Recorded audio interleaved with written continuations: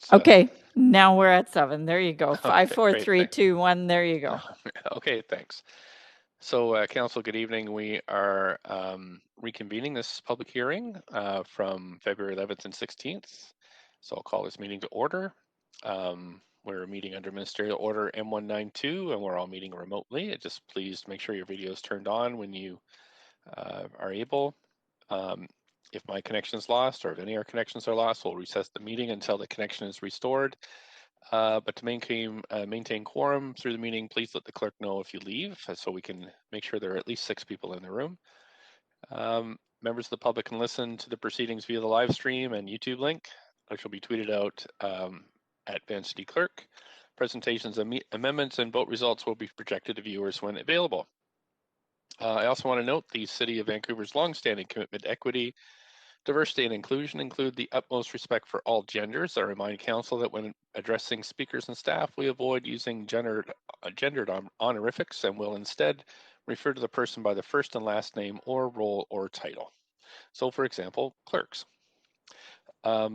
Lastly, following the updated guidelines issued on February 5th, in-person participation in local government meetings is not permitted under the provincial health order, and speakers will be commenting by phone, and a moderator will assist in patching the speakers through when their turn comes up. Clerks, go to the roll call, please.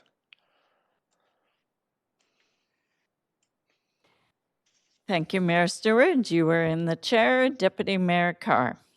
Here. And Councillor DiGenova. Present.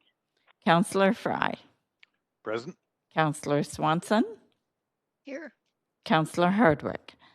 Present. Councillor Wiebe. Present. Councillor Boyle. Present. Councillor Dominato. Present. Councillor Bly. Present. Councillor Kirby-Young. Present. The public hearing has quorum, Mayor Stewart. Great, thanks so much. Of course, we acknowledge we're in the traditional unceded territories of the Musqueam, Squamish, and Tsleil-Waututh people, and thank them for their generosity to all who live on the land. And we want to thank the staff for everything they're doing to make this city great, and especially in this time of COVID. So there's a couple things to remind folks as we go through this. Speakers have 5 minutes to make their comments. Heads should limit their comments to the merits of the report being considered. Speakers should also state whether they are in support or opposed to the recommendations, and if they are a resident of Vancouver. Speakers may only speak once and should follow along on Twitter at Van City Clerk for updates, so they don't miss their turn to speak. Any comments on agenda items can be submitted in writing to our online web forum at vancouver.ca/public-hearing-comments. And the link will be tweeted out. Finally, speakers who have pre-registered with presentations are reminded that the public live feed has a slight delay. To navigate through the slides of your presentation, please say next, and I'll help with that if we get stuck. Just a reminder that our role, the Council's role at this public hearing, is to be a quasi-judicial body, which means that Council is only to consider the merits of the rezoning application or heritage designation. Sometimes speakers or council members stray from this, and I'll remind folks just to move them back on to the item at hand. Council members may ask clarifying questions from speakers, including the applicant, or technical advice from staff, but should save debate or statements for after the close of speakers. After hearing from speakers, we can approve the improve in principle the application, refuse the application, or defer the application for further consideration. So now we're going to continue with our CD1 rezoning hearing on 3084 West 4th Avenue and 210 Balaclava Street. Just a reminder, we've dealt with items 1 and 2 on this agenda in this reconvened meeting. Last week began item 3. This is the West 4th and Balaclava. With opening comments from staff and the applicant team, we've asked questions. We began hearing from the public, and we'll continue that tonight. So if there are any speakers to this item who wish to speak to council, please call toll-free 1-833-353-8610, followed by participant code 1061445, hashtag get on the list before the close of the speakers list. The phone number will be tweeted out and available on live stream. We have speakers on the line to provide comments in this item. Due to technical difficulties last time, we'll return to and begin with speaker number 6, followed by speaker 12, 13, and then 15, 16, and so on. And I'll call out numbers as we go just to keep everybody on track. And we're ready to go. So we're going to move straight to speakers. So we have speaker number 6, and if I can just call up my list here. That is Claire Ann Lidstone. Claire Ann Lidstone here. Great. Can you hear me? I can, and you have up to 5 minutes whenever you're ready. Okay, I'm representing 2 others. Okay. And we didn't hear. Myself. And we didn't Yeah, hear from you last. Oh, sorry. You did speak last time? No, I haven't spoken, but there are 2 others I'm speaking for as well as myself. Okay, and do you have them there with you? Yeah, I do indeed. Okay, do you just? Actually, I have 3. Yeah. Can I pass the phone to them? That would be excellent. Thank you. Okay. Jesse Harlitz. Thank you. Oh, Gimbarski. Okay. And Ian Newman. Great. All residents of this household. Great. Okay, Thanks. thank you for giving me the opportunity to speak. Okay, go ahead. I live less than a half a block from the proposed 6-story building on Fifth Avenue. I have lived here for 43 years, and I am opposed to the rezoning to 6 stories. What amazes me to this day is that Kitsilano is so unique. I say this as I have had the good fortune to visit at least 80 cities in 70 countries. Kits is a community so very close to downtown and has a distinctive small town feel, and I know that is largely due to the lack of taller buildings and looming high rises. There is a place for urban density in cities, but not in Kits, one of the last historic neighborhoods in this great city. Taller, bigger buildings have a negative impact on both the social connections and social capital within neighborhoods. Many of our guests and visitors from all over the world, from all over this country, from all over the province, and even across the city, feel extremely fortunate that they have come to this area of the city and really love it here. They appreciate the lack of looming buildings, the small town feel, as well as the character. I am not alone. I have lived in and been actively involved in Kitsilano for over 45 years. Building community is a passion, and I have literally talked to hundreds of people over the years and lately. And in my role of block watch captain, as a participant in community facilities on a daily basis, and walk my dog through Kitsilano streets and back alleys, people voice their concerns. And so, approximately 25 years ago, I joined others in having purposeful conversations about what residents of Kitsilano did and did not want in their community. Residents were worried then, and still are, that we are beginning to look like downtown. Our buildings were getting higher, our green space was diminishing, trees were being cut down, and our heritage buildings and houses were disappearing, and expensive, characterless housing was replacing these. You heard from Cameron Zuko earlier. He is my neighbor, and I want to thank him for all the tireless work and for the multitude of hours spent.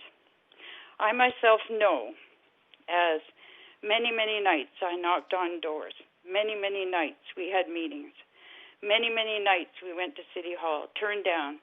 So again I knocked on doors, went to meetings, and approached City Hall again and again and again. Our concerns, height of buildings. We wanted only 3 stories. We wanted the homes across the street from me on 5th to be deemed heritage homes, so they could not be destroyed. Any new homes and renovations to be built in the character of the neighborhood with neighborhood input. No trees to be cut if owners just felt like it. We were successful. It took 6 long years, 6 years.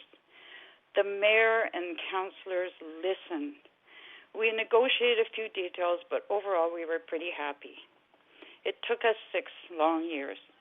We don't have 6 years. We only have tonight. This proposed 6-story building is 2 stories higher than any other building in the neighborhood. It is 2, sometimes 2.5 stories higher than any other building along 4th Avenue. I know. I have walked and biked from Alma to Burrard a multitude of times. There is not one building higher than 4 stories. So 2 stories higher, 2 stories too high. One is only to speak to a 6'6" person to experience the power of height. Every day, I walk 4 to 6 times past this property. Today, and all yesterdays, I appreciated this affordable housing, the lawn, the 45-plus-year-old rose bush, the fabulous trees, the annuals, the young people sunning themselves on the lawn or throwing around a ball. Tonight, I have only a few minutes, not 6 years. A few minutes to plead for the community we love. A few minutes to be the voice of many more than you will hear tonight. The voice of people, not just profit. Our community is already changing. There is less truly affordable housing, resulting in less and less young people, less families, and far less diversity of social economic backgrounds. Less diverse and increasingly a monoculture of the wealthy appropriating the life of our community until there is none left, until Kitsilano looks like every other upscale neighborhood in North America. As a past professional, I would not have been able to afford this proposed rent, and not even a remote chance of being able to save and afford any of my travel, not even as a shoestring backpacker. This taller building will inflate the price of our properties. History shows adjacent land gets inflated. Not good. Again, higher taxes. A bigger building will also create traffic congestion, more traffic on our street, more parking problems in our already limited street parking. No, we don't want additional fees to our extremely high taxes to limit parking. If anything I have to say sounds elitist, I can assure you it is not. There is a misconception that if you live in Kits, you are wealthy. Many of us are not. The average income reported in the presentation is wonky, mostly due to some multi-millionaires that live here. I happen to be very lucky. Bought my house so many years ago that it was $80,000. I'm not lucky now. My house would sell for over $2 million, but I am not happy about this at all because my taxes are almost 10% what I paid for it. I am a pensioner. I don't want to leave my home of 43 years, and I would have to without my renters. True to my values, I have kept my rent extremely low. Affordable is more important to me than making money. It has been said that this is already a done deal and we are allowed to spout off. We are hoping that this is not true and you are listening carefully to us. Everything we fought for 6 long years will be destroyed by building this 6-story building, and the rezoning application is approved. The real estate and developers will be happy, but the majority of residents of Kits will not. And it will open the floodgate for developers, and we will see many more higher buildings. If you approve this rezoning... Thanks. We're just coming up on 8 minutes. Okay, the uniqueness of our one sentence. Okay. The uniqueness of our neighborhood in Kitsilano is threatened and will be lost forever. Thank you for giving me this opportunity to speak.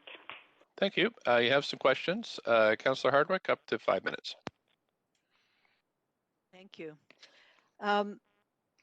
Thank you, Claire Ann, for your very considered and sincere words. I can tell you love the neighborhood. The neighborhood Kitsilano has changed tremendously over the many decades. I can hear somebody chewing in the background there. Thanks. And you've lived there for a great many years, but you acknowledged in your commentary that we need to make room. that we need to have more space for younger people and people of mixed incomes. So I'm interested to hear from you what your thoughts are on how we make room that is going to be acceptable and consistent with the emerging character of Kitsilano. Because I presume you're not saying no development. You're saying no to 6 stories and something that is inconsistent. So could you describe to me what you would see as acceptable? Well, I would see any 4-story building that was in the character of the neighborhood. I mean, as from my front porch, I can see a crane on Broadway, but Broadway is a commercial area, so I can understand why some of those buildings were a little higher. But the rest of Kitsilano, I mean, many people have rental places in their basement, and they're making houses in their backyard, and that is continuing. I mean, there's continual development all the time. I can see that all around the neighborhood. So I'm just hoping that this development that is happening is more affordable. Okay, Truly well, affordable. there's a couple of different things there. There's the affordability, and there's the number of units, and there's the height and density. So I'm trying to unpack it a little bit because it's pretty clear that this property is going to get developed. The question is, what about height and density? What form it will take? And well, that's where I don't want to put words in your mouth. Yeah, well, Cameron had he's been working on a suggestion and working with the developers in that respect.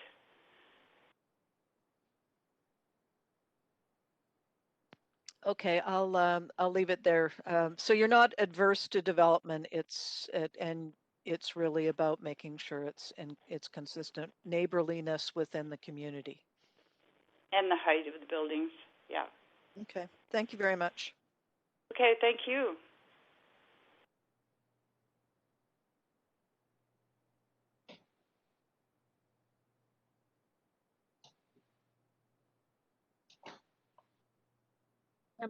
Mayor, I think you may be muted. I'm on mute. Yeah, I'm saying you're on mute. You're on mute.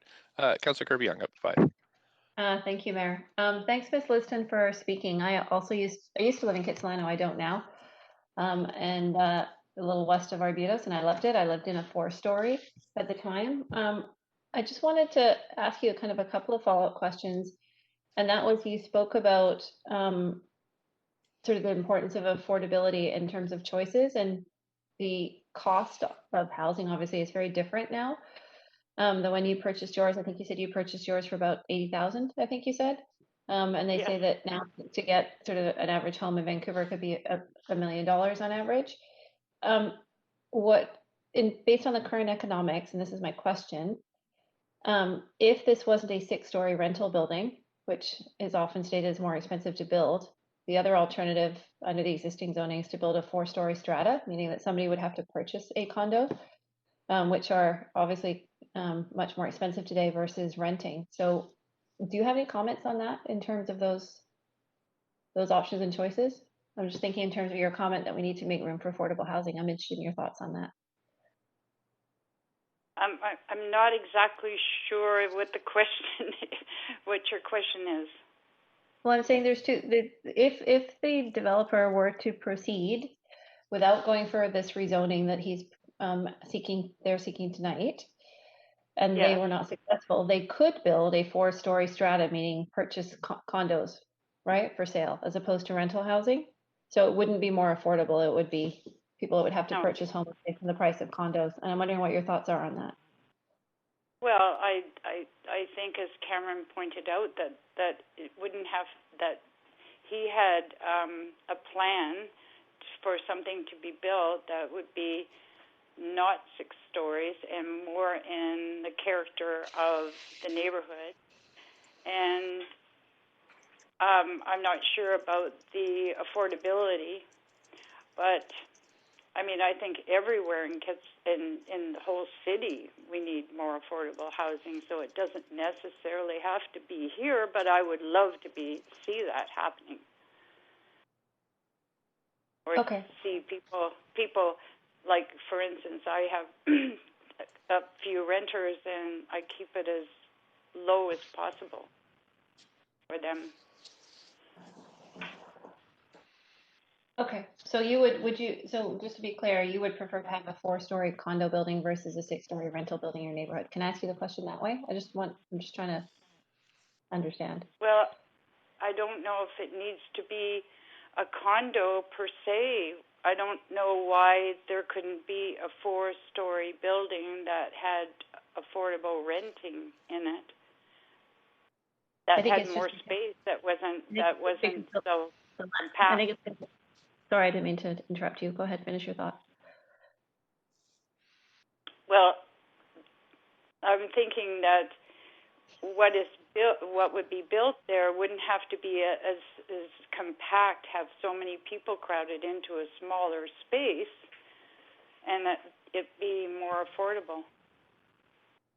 Okay, I'll leave it there. Thank you for speaking. Okay. Thank you. Councillor Weeb, up to 5 minutes. Yeah, thanks for coming to speak today. You've spoken to a few hundred people in the neighborhood, and that this building could lose the unique character forever. Can you talk about what elements of the character you think the building will make us lose in the neighborhood? Sorry, that will make us. You talked about this building, if approved, would make it so that you would lose the unique character forever of Kitsilano. I'm just wondering what elements of the character would be lost with this building.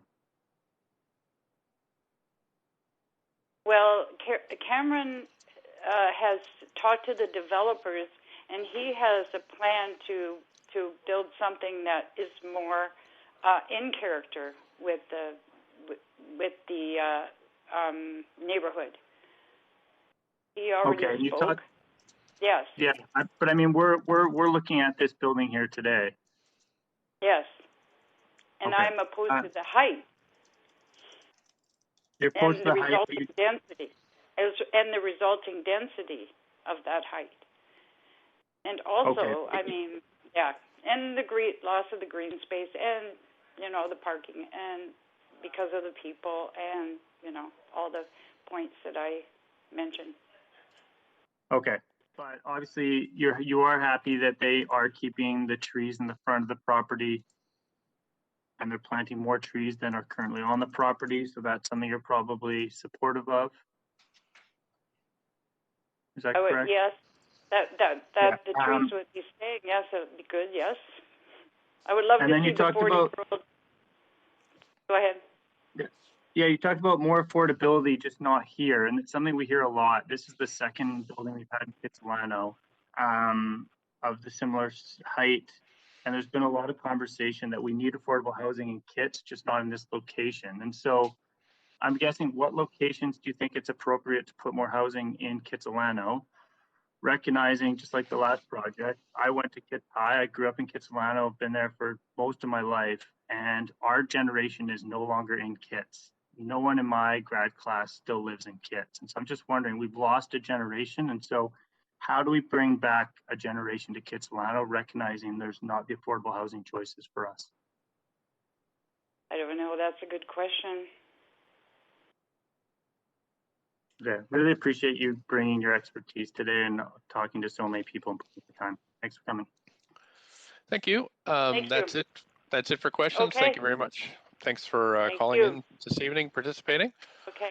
Thank you. Just say to Council, we're at 7:24. That was speaker number 6, and now we're moving on, I believe, to speaker number 12. We are slated to, Council, we're slated to go to 10 o'clock tonight. And perhaps clerks can remind us at some point when our next meeting would be. And I'm just looking at the, just looking at the list here. Right, we have speaker number 12, Nathan Hawkins. Hello, thank you for the opportunity to speak tonight, Council. My name is Nathan Hawkins. I am 27 years old. I rent in Vancouver. And judging from the sale price of $2 million that the previous speaker was talking about, if I was to put my whole annual salary towards buying a house in Kits right now, it would take me 40 years. And of course, I can't put my whole annual salary into buying a house. You know, I have other expenses that I need to afford. And I'm just trying to highlight how deeply, deeply unaffordable Kitsilano is right now. This proposal is saying we'll take 8 homes and we'll turn it into 35 homes. And I'm really strongly in support of that. It's the only way that somebody from my generation, you know, who's under 50 can ever reasonably afford living in Kitsilano now. There was a lot of criticism talking about, you know, this building should be over 4 stories. It doesn't align with the rest of the neighborhood. And I agree, it doesn't align with the rest of the neighborhood. The rest of the neighborhood should be much more dense than it is. You have 2 major commercial areas on 4th and on Broadway, and there just aren't enough people who live there to support those businesses. And this is the ideal part of Vancouver that we should be densifying because, you know, there's options if you walk 3 blocks north, if you walk 3 blocks south, to have every amenity you could possibly need within 15 minutes. You know, there's no need or a reduced need for people to own cars and to emit carbon that way. There's just so many opportunities for us to be living in a greener, more sustainable city. There were people at the last hearing talking about how they couldn't get their basement suites approved by the city. And I think basement suites should be allowed too. I don't think we should be pitting residents against each other, you know, in trying to improve their own properties. We should let anyone be building and densifying and providing more homes where they want to. If you have your art and craft houses, you know, those are great. Those are beautiful. Nobody's asking you to change your house or requiring you to change your house. We're just saying other people who own land in this area, if they want to build something new, if they want to create purpose-built rental, they can do that, and they should. And there's all this talk about, you know, the zoning, the character of the neighborhood. And I want to say, you know, zoning is not something that was created to be inclusive. It was intended to be exclusive. It was intended to keep working class families out of the wealthy neighborhoods. And you look at the character of Kitsilano today, it is overwhelmingly white. It is overwhelmingly people who have a high net worth. It is overwhelmingly people who are above 60 and have owned property in this neighborhood for over 20 years. We need to provide an opportunity for the youth to live in this neighborhood. Otherwise, it's just a huge dead zone in Vancouver, and it's so close to the heart of the city. It just doesn't make any sense. To the people who are saying that, you know, we only want 3 or 4 stories, what you're saying in effect is 20 people can live here, but 35 can't. You know, 35 people have to live somewhere else, and I'm just not okay with that on principle. I think we should be welcoming more people into every neighborhood in the city. And frankly, as a renter, I'm really tired of being held hostage by landlords and landowners in this area who are trying to push back and say, oh, go build it somewhere else, because usually go build it somewhere else means go build it in the east side where, you know, it's lower income housing, and, you know, those people can live over there, but you people can't live here. My final summary is, you know, if we want to have a more environmental city and be lower carbon emitting, we should build more housing and more walkable cities densely so that people can walk everywhere. They don't need to drive everywhere. If we want more equity and fairness, we need to build more housing so that lower income people, minorities who are excluded from these areas can come and live there. And they don't have to commute from faraway areas like Abbotsford and Surrey, which is the only place where they can afford to buy a home. If we want to, you know, help the local economy recover from COVID, we need to build more housing in dense neighborhoods, right? If you're not spending $1,000 a year on your car, you're going to spend more locally in businesses. Thanks. Thanks for the opportunity to speak. Thank you for calling in this evening. I don't see any questions for you, so we'll move on to the next speaker. Let's see, we've got speaker number 13, Sarah D. Hansen. Hi, Mayor. I'm here. Can you hear me? Yes, I can. Please go ahead, up to 5 minutes. Oh, thank you, Mayor and the councillors. I'm wanting to acknowledge firstly that I think I have 8 minutes to speak. So I'm speaking on behalf of Marty and John Mason, and they, because of COVID, are in their house next door. Okay. Can I just pause just for a second? I just want to check with the clerks if they've checked. One second. I'll be right with you, Speaker.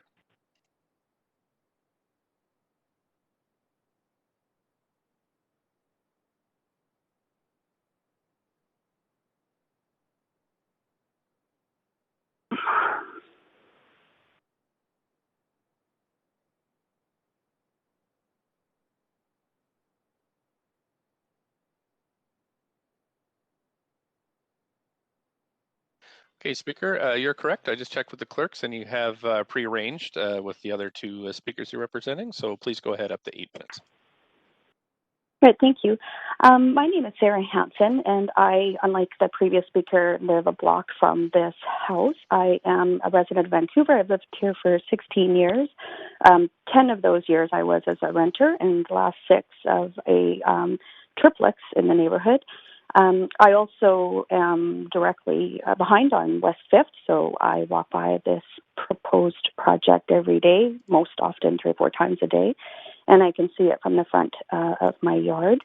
I'm speaking on my own behalf, and my views don't represent my law firm. I am a lawyer.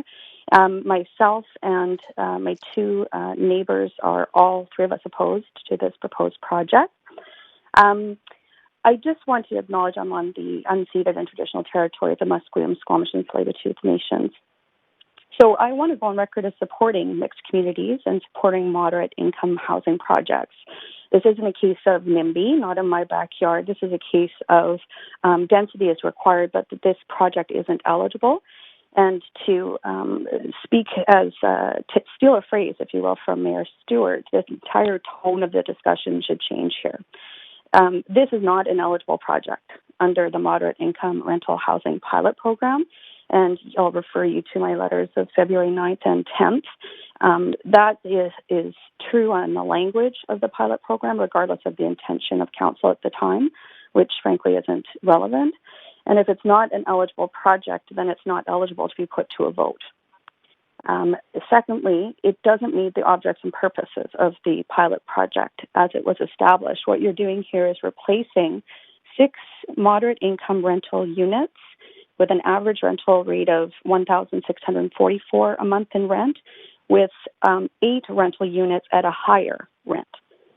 And so I don't see how that makes any sense. There was a question posed to the owner-developer of how do existing rents compare to the proposed rents. And we've done some work just looking at the materials that are provided by the architect and the plans. And indeed, what you see is that the rent under the moderate income housing program, if you look at it as a square footage basis, will increase 50% over the existing rental units. So we're not talking about increasing moderate income rental units here. We're talking about replacing 6 existing moderate income units with 8 at a more expensive rent. And so the language of your pilot program specifically says, consider redevelopment of a limited number of highly underutilized sites with a low number of existing tenants, buildings with a maximum of 3 existing rental units. What it should have say to be eligible would be, to be an eligible site, each building on the site must not exceed 3 existing rental units. So I think you take my point on that. I echo Joyce Murray's comments in her letter that I think you also have a consultation problem here. You have some unscientific back-of-the-napkin calculations on what the secured rental buildings are in the neighborhood. You have no design rationale provided in the materials. And frankly, in my view, you haven't really looked at the supply side of the equation in this particular community. And as I said, density is really an emotive term, meaning that how each of us feel about density is informed by our own experiences and our own baggage. And how we come to understand the word density and approach to considerations about density. And, my professional life is as an environmental brownfield developer. And so when I look at our neighborhood, and I provided a PDF there that's just a Google map of our neighborhood, what I see is that there's an important link between density policy and government policy targets, particularly with respect to brownfield sites and mixed communities. And so a brownfield site, for those that don't know it, is where there's potentially the potential presence of contamination.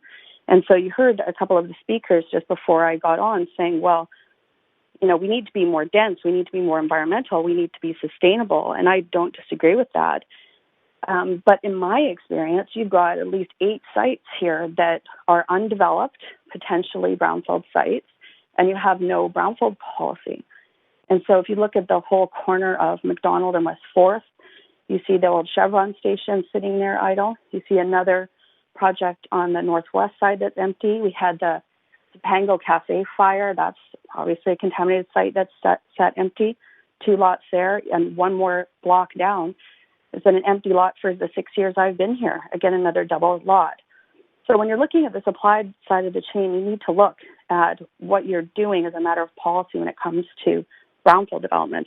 Not an experience that's unique to Vancouver. I see similar sites all over Saskatchewan, where I'm from, in rural communities where the heart of the city, which for us is at 4th and McDonald, has to be moved because these sites haven't been remediated. Sometimes they've just been abandoned or underdeveloped. So you have the tools to put on your economist hat and see the link between density policy and your policy targets with respect to brownfield sites. And you need to see the link here between our lack of density in Kitsilano and your policy on brownfield sites. I read an article from the internet on February 5th, 2021, that Vancouver just received $600,000 in their federal grant funding to clean up brownfield sites. And you can imagine how sad I was when I saw that city of Vancouver is actually the city of Vancouver, Washington.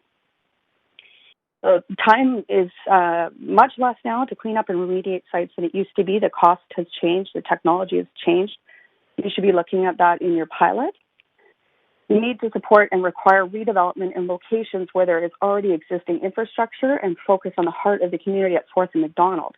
And if you could do that, you wouldn't have to build at off-center locations at 6 stories, which in my view is really just a band-aid approach to achieving the density you're looking for, and frankly what Vancouverites expect. So I posed the 6 stories for the reasons set out in my letter.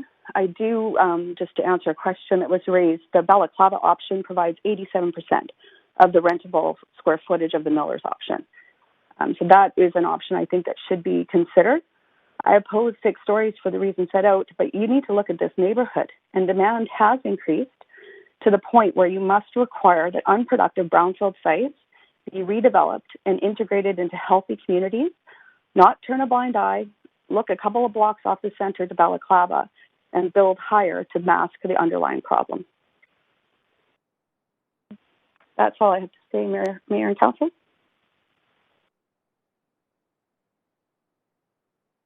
Great, thanks so much. You have questions, Councillor Hardwick, up to 5 minutes.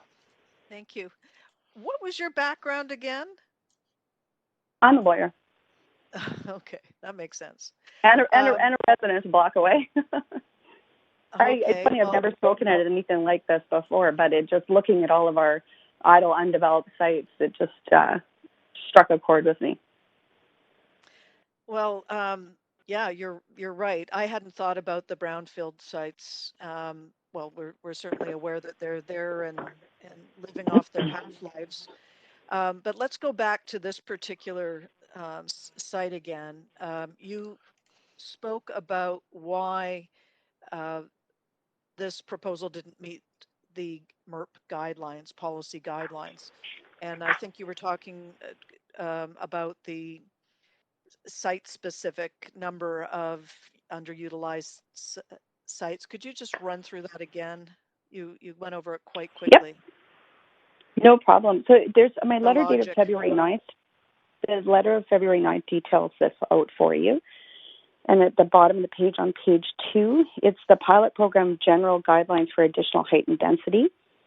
And it specifically provides that for additional height and density in RM zones, you need to consider redevelopment of a limited number of highly underutilized sites with not buildings, with a low number of existing tenants, buildings with a maximum of 3 existing rental units. So this, here we have buildings, plural, on an underutilized site, but we have 6 existing rental units. So you're not, this isn't an eligible project. So it does not say, which it should do, to make this project eligible. It should read, to be an eligible site, each building on the site must not exceed 3 existing rental units. So that's where I say you have a consultation problem.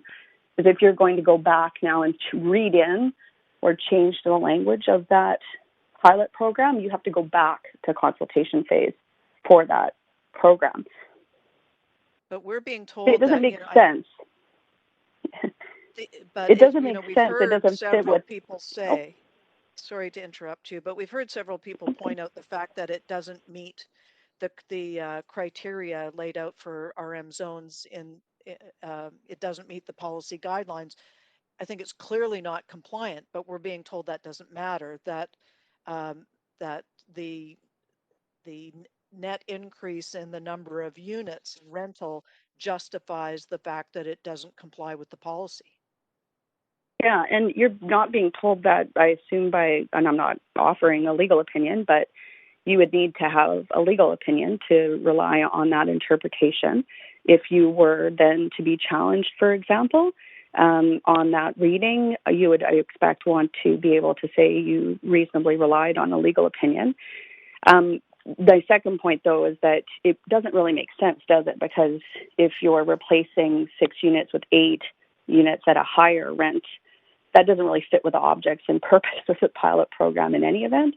So I'd suggest to you that that's what that eligibility requirement is there for, and that in this case, this particular project doesn't qualify. But where does that leave the developer? That leaves the developer going back and speaking with the residents about the balaclava option that's been provided, because I think you are hearing that we do want density in our neighborhood. It just needs to fit, as Joyce Murray said, with the character of the neighborhood. So you're saying there's other sites in the neighborhood, if they want to accomplish the height and density that are contemplated in this development, that this is not compliant with the policy guidelines and that there are alternatives. It's been suggested, I mean, of course, the property owner could have at any time over the last decade gone up to 4-story condo, but I guess there's more benefit now to going 6 stories with a rental component to make the numbers work. Do you have any comment generally on that approach? Well, I mean, I think that this is going to be a highly profitable project with the rental approach, right? I mean, you're not talking about you're talking about a 50% increase over existing rent for the MERP units. But then you also have rents that you'll be able to charge for a 6-story building that has an ocean view. So this is a highly profitable project. I think you have to judge the project also that's before you. And if it doesn't meet the criteria, it doesn't. It doesn't preclude the developer from coming back with another project. Thanks. We're at the 5 minutes, so just want to thank you so much. And there are no other questions. Thanks so much. Clerks, I've got this weird thing on my screen, public hearing screen that says it's going to turn off. It's gone away, but I'm just going to keep going unless there's some other issue. Okay. It is the clerk here, Mayor Stewart. I think it was just the Crestron. I think we're okay, so you can proceed. Thank you. Okay, great. Thanks. We're going to move on now to our next speaker. We've got, let's see. Just pulling my list up here. Great. We've got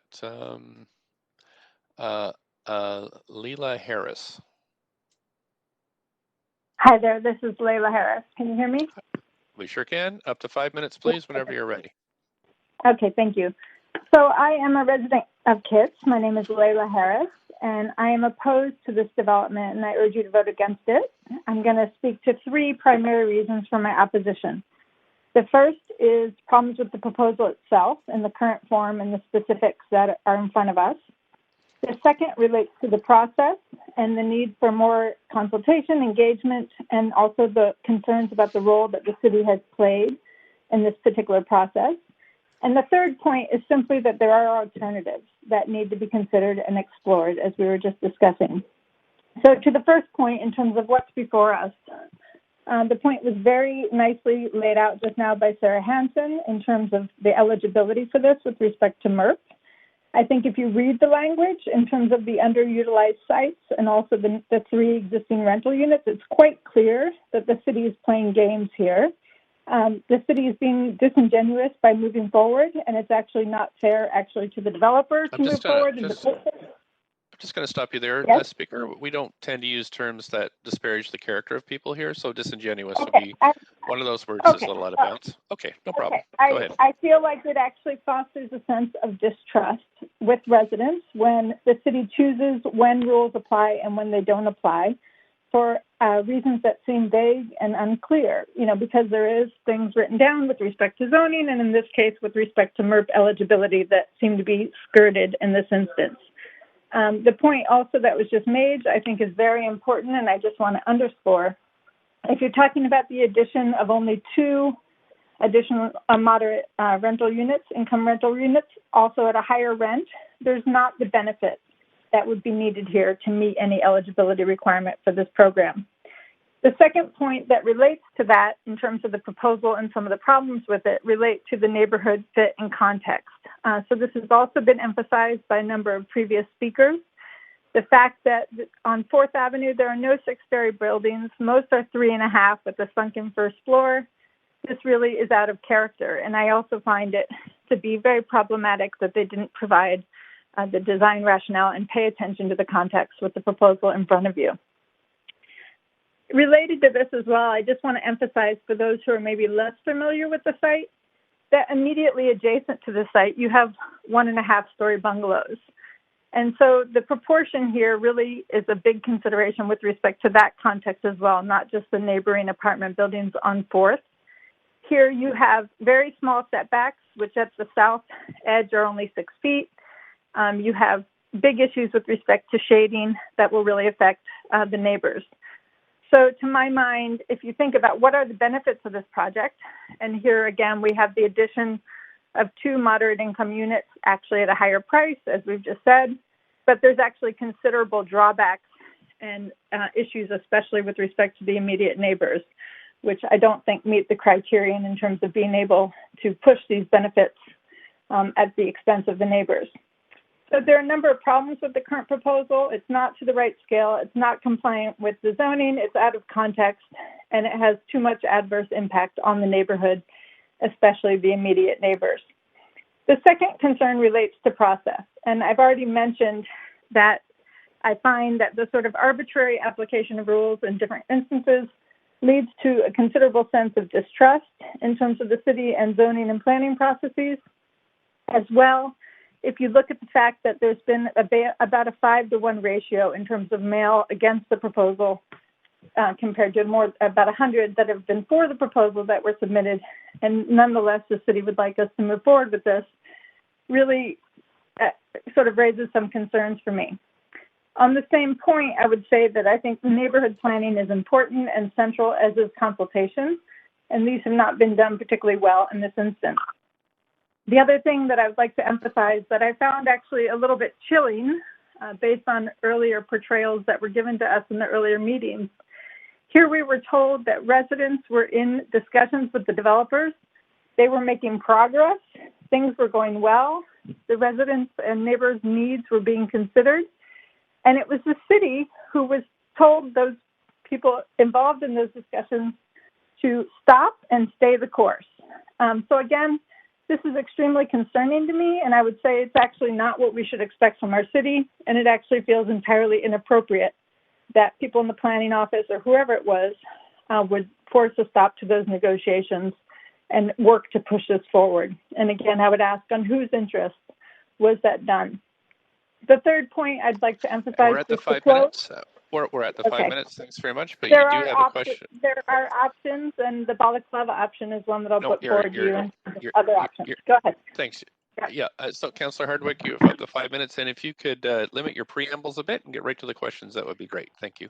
What Up to 5. motivated you, excuse me, what motivated you to speak this evening? Yeah, I was concerned about the process that I had observed in terms of consultation and how the neighbors had been treated in terms of their objections to this point, which became all the more so when I heard all of the other speakers. And for instance, what I just mentioned, the whole process where there had been a discussion that was proceeding and that was actually productive, that was, they were encouraged to stop on behalf of the city. So I'm someone who cares a lot about process and sort of consultation and neighborhood governance and all of these sorts of issues, and equity and sustainability. And in this case, I don't feel like the city's really working in a way that seems to be working and taking seriously the neighborhood concerns, and that very much concerns me. On the subject of equity and sustainability, how do you connect that to this development? What's your background? Yeah, my background is in equity and sustainability. I teach at the university on those topics. And I'll just say, I think there are some real considerations that the city needs to be moving forward with respect to affordable housing, as we've just been discussing. What are the different ways we can achieve that? Of course, with sustainability, we also have to look ahead to think about all of the different issues, whether it's respect to carbon emissions, transport options, green space, et cetera. But I'll just say that the other thing I focus on a lot is process and governance process and inclusive governance. And so those are the issues that I find most acute in this instance in terms of how do we take concerns seriously and then moderate our processes accordingly to deal with those. And so here, I do think that the neighbors have been very genuine in terms of trying to work with the developer and propose other options that would still achieve living space and also hopefully meet affordability goals. So I'd like those to be considered more seriously moving forward. The other thing, could I just say that there has been a lot of talk, of course, precisely around affordability in this sort of equity lens. And there's a way in which it sort of sounds good, and of course we all want that to happen, but it doesn't have to be a giveaway to a developer under the guise of affordability. Just look again at the numbers in terms of we're gaining 2 units at a higher price. So that feels a little bit like affordability washing. It's not a sort of genuine effort, honestly. And, we're giving also the subsidies and other things to this developer. I would want to see much more benefit in terms of affordability if that's what the route we're going. Affordability washing. Can I use that? Oh, please.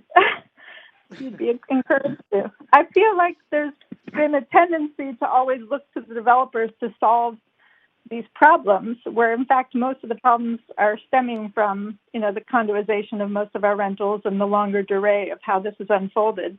And I'm sure that there can be some developments that will help us with these goals, but I think we have to be very judicious about which ones we're willing to subsidize and move forward and make sure that they're actually providing those benefits to us as a city.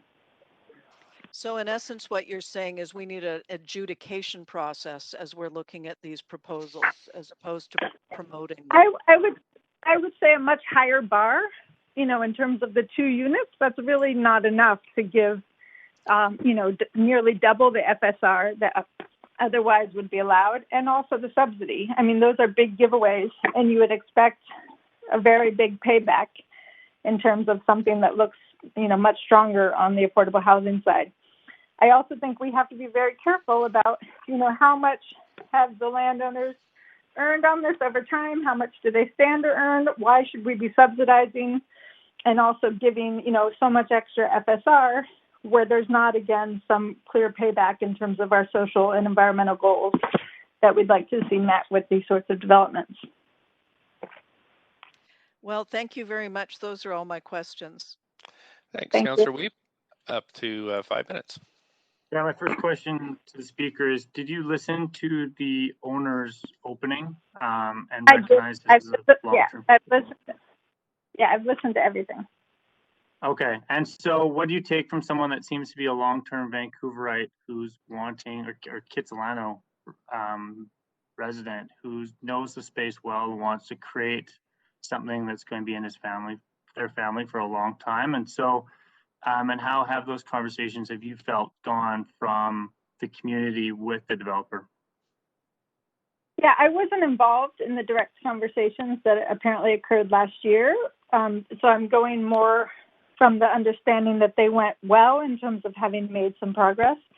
So I'd much rather ask the people who are actually engaged in those conversations. And I was just sort of underscoring, it was the developer's presentation who said we were discussing with the community and the city told us to stay the course. And that's when my sort of heart stopped. Like, why would the city not encourage that sort of back and forth and discussion with the neighbors to find an option that might be suitable and still meet everybody's goals? So that's when I felt particularly shocked that the city wouldn't encourage such a process to make sure it's something that would be meaningful and accepted by the neighbors. Okay, thank you. Appreciate that. Okay, thanks. That's it for questions. And we're going to move on to the next speaker. We've got Jan Pierce, speaker number 16. Hello, can you hear me? Sure can. Up to 5 minutes, please. Thank you. My name's Jan Pierce. I live in Vancouver. I've been volunteering with West Kitsilano Residents Association for many years. I'm opposed to this rezoning, but I and many other residents want to move beyond the usual process whereby we're just come in and say we're opposed. Instead, we want to show how neighborhoods can work with developers collaboratively to put forward proposals that have community support. We want to help meet citywide goals of supplying rental housing, and we also realize we have to give adequate returns to developers. To that end, we were really fortunate last fall to have Scott Hine, one of the city's foremost urban designers, agree to help us come up with an alternative to this proposed building. And as well, we were fortunate because the Millers and James Evans were willing to talk to Scott and us and consider alternatives, and we really appreciate that they were willing to talk with us. So over the last few months, I have learned a lot about building form and how an efficient form can allow for density and rental housing on small sites without resulting in an inappropriate building. Scott came up with a townhouse over apartment design with a floor space ratio of 2 or a bit above, 40 to 50% above the current FSR allowed under RM4, but in a design that will fit into the neighborhood context. This is because it uses its floor area efficiently. Each unit has its own entrance, and there's no space wasted on elevators, stairs, and hallways. This reduces mass, creates more livable units, and fits into the neighborhood. It also became clear to me that the proportion of space wasted grows larger and larger the smaller the site. And this site is much, much smaller than any other MERP site, about half the next smallest MERP. So there's 21,823 square feet of floor area in the building. The actual living area inside the suites is just over 16,000 square feet. 25% of this building is taken up in space that will never be lived in. Floor layouts show this clearly. That lost space directly contributes to the massing that creates unnecessary negative impacts. Trying to fit a MERP project like this onto this small site should be considered a pilot project learning exercise. It's just not a good candidate for this kind of building typology and increased FSR and height. And Scott's ideas will also be more COVID-friendly with separate entrances rather than the shared elevators and stairs. It will use less concrete and have larger setbacks for greenery. James Evans has agreed that this is financially feasible. The Millers are interested, and it will have the support of residents. So there is a better alternative, and this can be a win-win, an innovative form of missing middle rental housing and also of a more collaborative planning process. I am confident that after more detailed design, it can also be a MERP project.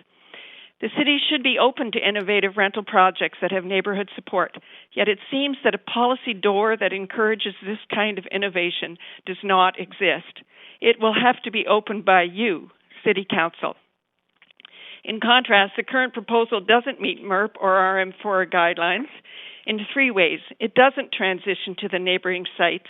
The 6th floor step back is only 4 feet wide, not as wide as the balconies. This is not usable outdoor space and only on the 6th floor. And the rear yard relaxation means it's only 12 feet wide minus the balconies, so only 6 feet are left on a very shallow site. Despite the words about trees along the lane and urban agriculture, there simply isn't room. The scale of the building becomes fully apparent when you think about this building stretching virtually the full length of the site. And it also means that sunlight will be blocked into the yards of the Santa Barbara. A look at the site plan shows just how far this building will extend at full height. And the impacts are greater because the Santa Barbara is built like the normal RM4 design with patios 2 to 3 feet below grade. That's not a transition. Nor does it fit into neighborhood context, and there are more than 3 existing rentals on the site, and those points have been made very well. A vote against this rezoning is not a vote against the Millers. They're nice people, but based on our conversations, they're very interested in doing a development like this, and in fact, it's likely their preferred option, and is what they were looking to do for many years. The other evening, I also wanted to say, James Evans showed you a map with the results of his search for purpose-built rental housing in our neighborhood. He said he found only 366 purpose-built rental units. So I went back. Okay, I'm almost done. And looked at BC assessment. I found more than 500 more units than the 366, more than twice as many. Thanks In so closing, one sentence. No, Can I just... Okay. Go ahead. You do have a question? We're excited about this excellent opportunity, and we think we can create a win-win. Thanks. Thank you. Councillor Hardwick, up to 5 minutes. Thank you very much. Are you familiar with the RM4 design guidelines? Yes, I am. I've been looking at them quite a bit because the planning report says that this is compatible with the RM4 guidelines. But when I read them, if you look at the intent of the RM4, it says that it's to ensure compatibility of new development with the existing physical character of the neighborhood. And it says that in the design, it should be located to minimize privacy conflicts and overshadowing.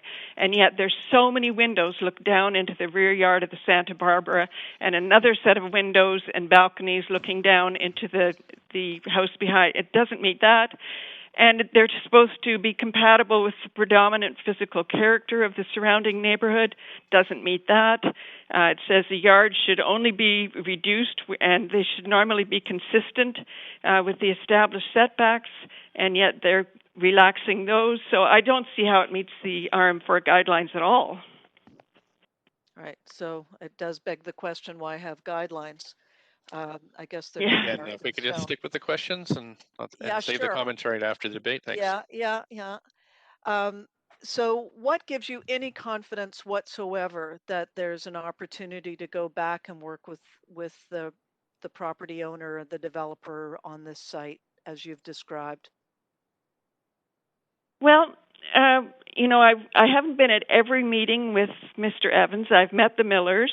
I think, Mr. Evans said that he went to the planning department we've had 2 different options that we've come up with, but I do think the second one that Scott developed is way better because it meets so many different things and provides a large number of units, and I think has potential to still be a MERP project. So I think they're very open to it. They actually have gone to the planning department and discussed it, and I've talked to Mr. Evans on the phone. He was very open to discussing all of this, and did say that he penciled it out and it can work. So, I think if council says, look, we want to go back, this is not the right project for this site. We still want rental housing. We want the potential to do a MERP if we possibly can. I think that they'll definitely come to the table. And I feel bad because I think we are far down this route that I don't think we should ever have gone down. And so he wants to get something done quickly. I understand that. That's what I've heard. But on the other hand, we all have to live with this development, and I think in the long term, he will be quite happy with the kind of development that will come forward. There's a perception that if you reject an application, that it can't be brought forward again for consideration in an amended form. Have you heard that argument? I think that this would be quite a different project in many ways, because we're likely looking at 2.1, 2.2 FSR, everything about it, the design, the way the units would have. What we never got to was the idea of actually determining how many units of apartments would be underneath the townhouses up above, but it could be 10. It all depends on the size that would work the best for everybody, and how many of those could be MERPs, and whether you could have lock-off suites inside the townhouses. I mean, I think it would be a totally different application. I can't see it coming forward as the same one. I mean, I don't know. You'd have to ask staff about that, I guess. No, I just wondered if that was something that you'd heard, because there's another application that had been rejected that's coming back with something that had been worked on by the community that everyone was agreeing on now. So I was just wondering. I know. No, I think that's a really interesting precedent, because at the time there was all these, there was a huge outcry that how could council turn something down, but now later, now a new design is coming forward and the community is happy, the developer's happy. So I think it is a good news story that shows this can work. Hope springs eternal. Thank you. Yeah. Thank Councillor you. Dominato, questions up to 5 minutes. Thanks, Mayor, and thanks, Ms. Pierce. Just wanted to follow up. I was going to clarify in the alternative proposal that you're describing. Did you know the number of townhomes and apartment dwellings? Well, so when in the alternative, the one that Scott has been looking at, so we think the number would be somewhat less than the 35. It's very easy to get to 20. I have a development that not too far from me. There's another one on 4th on a small site, and it was a total, complete renovation of an existing rental building, and they got 17 units, but there's huge amounts of backyard. It doesn't fill up the site at all. So, I think in the 20s, mid-20s would be very doable. It depends. Would you do, like 400 square foot one bedrooms, or are you going to do 323 square foot studios? I mean, this is the kind of discussion that we were just getting into when the referral report came down and we weren't able to discuss it anymore. So, we don't have those final numbers yet, but we think a large number. Sense of things. Can I just clarify something with you? You indicated in your comments, and I don't want to put words in your mouth, that this proposal, which was just a concept being discussed or floated, that is something that the Millers, I don't know, would have preferred or did prefer. And I'm just curious about that, because I did ask both the applicants about their motivation around this development and whether the alternative was something that they were wanting to table. And that was not the sense I got, but I would just like some clarification from your perspective. Well, so we do know that Mr. Evans went and did talk to the planning department, and they told him to stay the course, and then he went back with this latest option. But they said there was no policy door for a straight market rental. From the conversation that I had with him on the phone, and there were other people there, he said that he was going to take this to the Millers. And, he would pencil it out. He'd get back to Scott, find out, in his mind, is this a viable option or not? And then he went and he did take it to the Millers, and Scott has said that he met with them and they were quite interested in it. Now, I do think that the time, I think that they would like to move ahead with this, but and I did meet with the Millers when this all first happened, and we said, well, why aren't you doing this? Why aren't you doing that? And he said, well, I've been told I can't do that. So I have the impression that although they would like at this late date, they definitely want to see if this is going to get approved, and then they can just go ahead.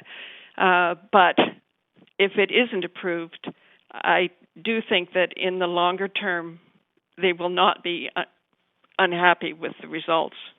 And I mean, our reputation as a neighborhood is on the line too, isn't it? To make sure that we make this work and make sure that we go out to our residents and say, okay, this may not be ending up quite what you want. It won't be 3 stories and it won't be quite so green, and it's going to have, but here's what we're getting in return. We're getting better than it was, and we're getting large numbers of increased number of rental units, and we're going to try our very best to do whatever is needed to get affordable MERP units in there as well. Okay, thank you for that clarification. I appreciate it.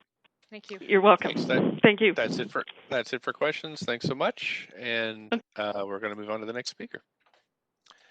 Okay, Council, we're at 10 after 8 here, and our next speaker number 17 of 65, is Devin Hussick.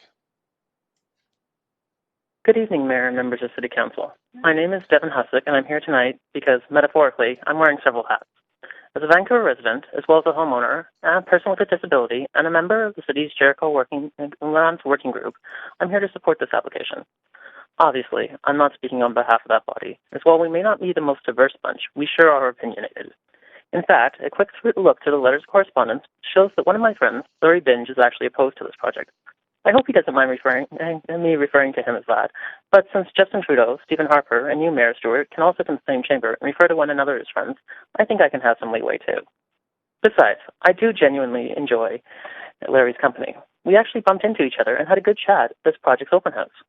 I think both of us were there partially because of our duties to the working group, but also because we have clear ties to the area too. So what I saw that night proved to me that you don't need to live in a neighborhood to love it, or for that matter, contribute to it. It's been over a year since then, so I can't remember exactly how many people joined us at the planetarium. And it certainly doesn't help that many came in, asked when or how they could rent a home in this building, and then left when they found out this process still had years left to go. That's why I'm so disappointed that so many of you voted against holding this hearing. My role has taught me how hard it is to get people to engage when they support a home they need, when they're literally worrying about where they'll live tomorrow. More than that, it insults the real, genuine work your staff and the members of the applicant team have done to reach out to the residents of this neighborhood, as this open house was well attended, even though it was held only days before the provincial state of emergency was declared. I understand it's easy to fall victim to misinformation. We have to be on our guard. Given your role, I can see why you would worry a community that wasn't listened to, but that's not the case here. A simple look at the letters submitted shows this project at the letters submitted against this project shows that hundreds were submitted within minutes of each other, like a dumped-out email list. Meanwhile, the petition against it is actually opposed to the 2019 version that was proposed, not this 2020 concept, as the staff and the architects listed don't match with the information before you tonight. As your staff know, your approval would be conditional. Your approval tonight would be conditional on requiring even more changes, like a reduction in the building's overall height. Personally, I don't think that's necessary, as there are many other 6th-floor buildings that fit well with their 4-floor strata neighbors in our city. I think this one would too, and I really appreciate how its corner amenity space helps promote a good neighborhood interaction. Maybe this is one of the benefits you get when you have a local family proposing a development. As this council recently voted to express concerns about REITs, it'd be more than a little hypocritical to reject their efforts. Of course, I'm not an idiot, or at least not a big enough one to think they're acting as a charity. Still, I can't help but find it commendable that they opted to undergo this long process and provide 8 moderate-income rental homes that will be affordable to a couple making minimum wage and are tied to the unit. It sure sounds a lot better for our community than an imaginary 5-floor, 100% market rental building, or the already permitted 4-floor strata one. So I suppose I'll be looking for a 3rd bedroom myself in a few years. I'm not that short-sighted, as I know our businesses are crying out not just for customers, but for workers. Whether it's those who serve us food, teach our children, or soon hopefully all give us a shot in the arm, everyone deserves the opportunity to make Kitsilano an even better place to live. Before I end, let me leave you with this rhetorical question. If taller rental buildings drive up property values, and Kitsilano is a paragon of a small town feel, then why have homes here gone up in value from $80,000 to over $2 million? For all of these reasons, and that I'm nearly out of time, I urge you to join me in supporting these homes. Thanks so much for calling in this evening. I don't see any questions for you, so I'm going to move on to the next speaker, who is speaker number 18, Harold Lepinen. Hey folks, are you there? Fine, thank you. Up to 5 minutes whenever you're ready. Okay, evening, Mayor, Council. I'm Harold Lepin, and speaking in support of the Fourth Inning Balaclava project. I've lived in the neighborhood now for almost 30 years, and I've been constantly struggling to find decent, affordable rent. I've lived, many of my friends have lived in the neighborhood as well. For 3 years now, I've managed a building in Kitsilano. Within those 3 years, constantly turning away 20 or 30 applicants on one suite that comes available.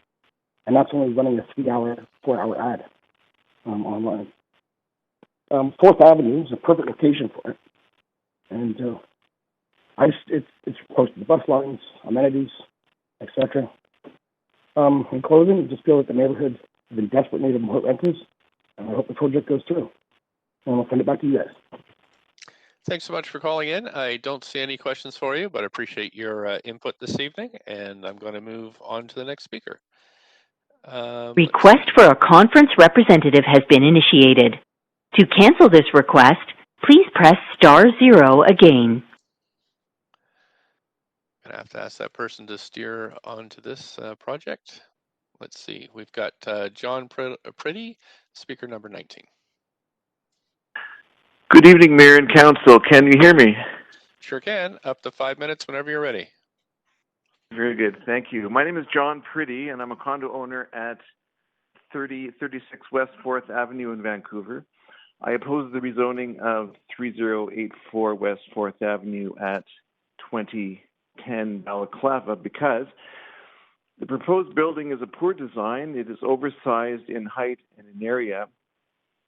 As it stands right now, it's an unsightly square box design, and from the details that I have been reading up on, the setbacks relaxation leaves very little room for trees and a green footprint.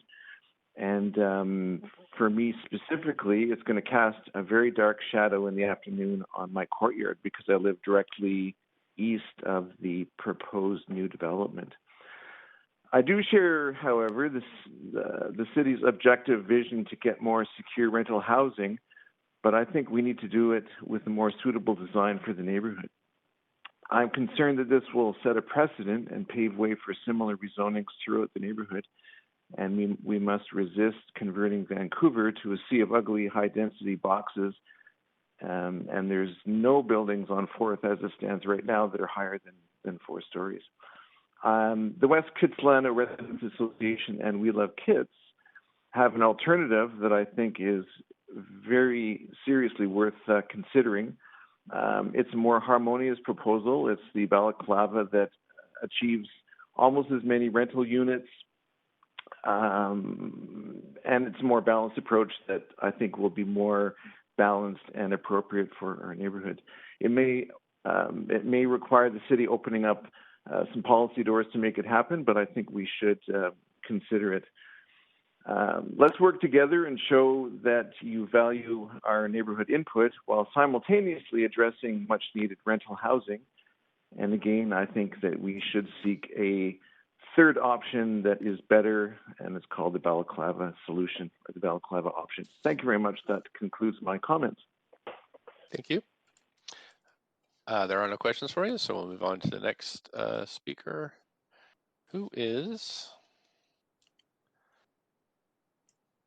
sorry, my list is a bit messy here. We have speaker number 20, Suzanne Munson.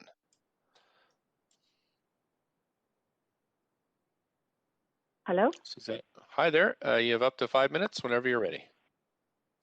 Thank you, Mayor and Council. My name is Suzanne Munson. I'm a resident of Vancouver, and I'm speaking this evening in opposition to the development of 3084 West 4th Avenue and 2010 Balaclava Street as currently proposed.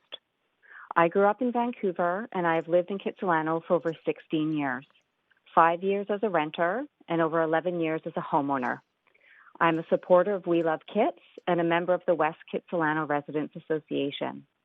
I do support development of these properties to increase rental housing and would be supportive of the balaclava option or similar as proposed by We Love Kits, speaker number 5. But I do not support the proposed design for the following reasons. The building is too tall, oppressive, and out of scale for the small lot size. The setbacks are too small and inconsistent with neighboring buildings, such as the Santa Barbara and the Delano. There is no room for large backyard trees, which negatively affects privacy, increases shadowing, and noise for neighbors. There is also very limited on-street parking for the number of units, impacting parking available to residents on West 5th and other neighboring streets. While many residents take transit and ride bikes, people also have and use cars. The big box design is out of character for the neighborhood, which does not meet the neighborhood fit test required of the MERP program, and would set an unappealing precedent for the area, both in design aesthetic as well as in height. This area of Kits is known for its California bungalows or craftsman's homes. The proposed building design is a jarring opposition to that aesthetic.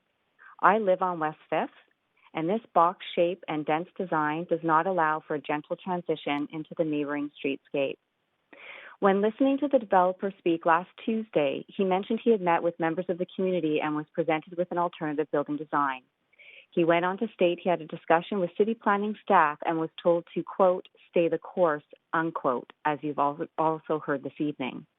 Given that a community petition and hundreds of correspondence was received by the city in opposition to the development's design, I am wondering why city staff would discourage the developer to consider an alternative design and advise them to, quote, stay the course, end quote.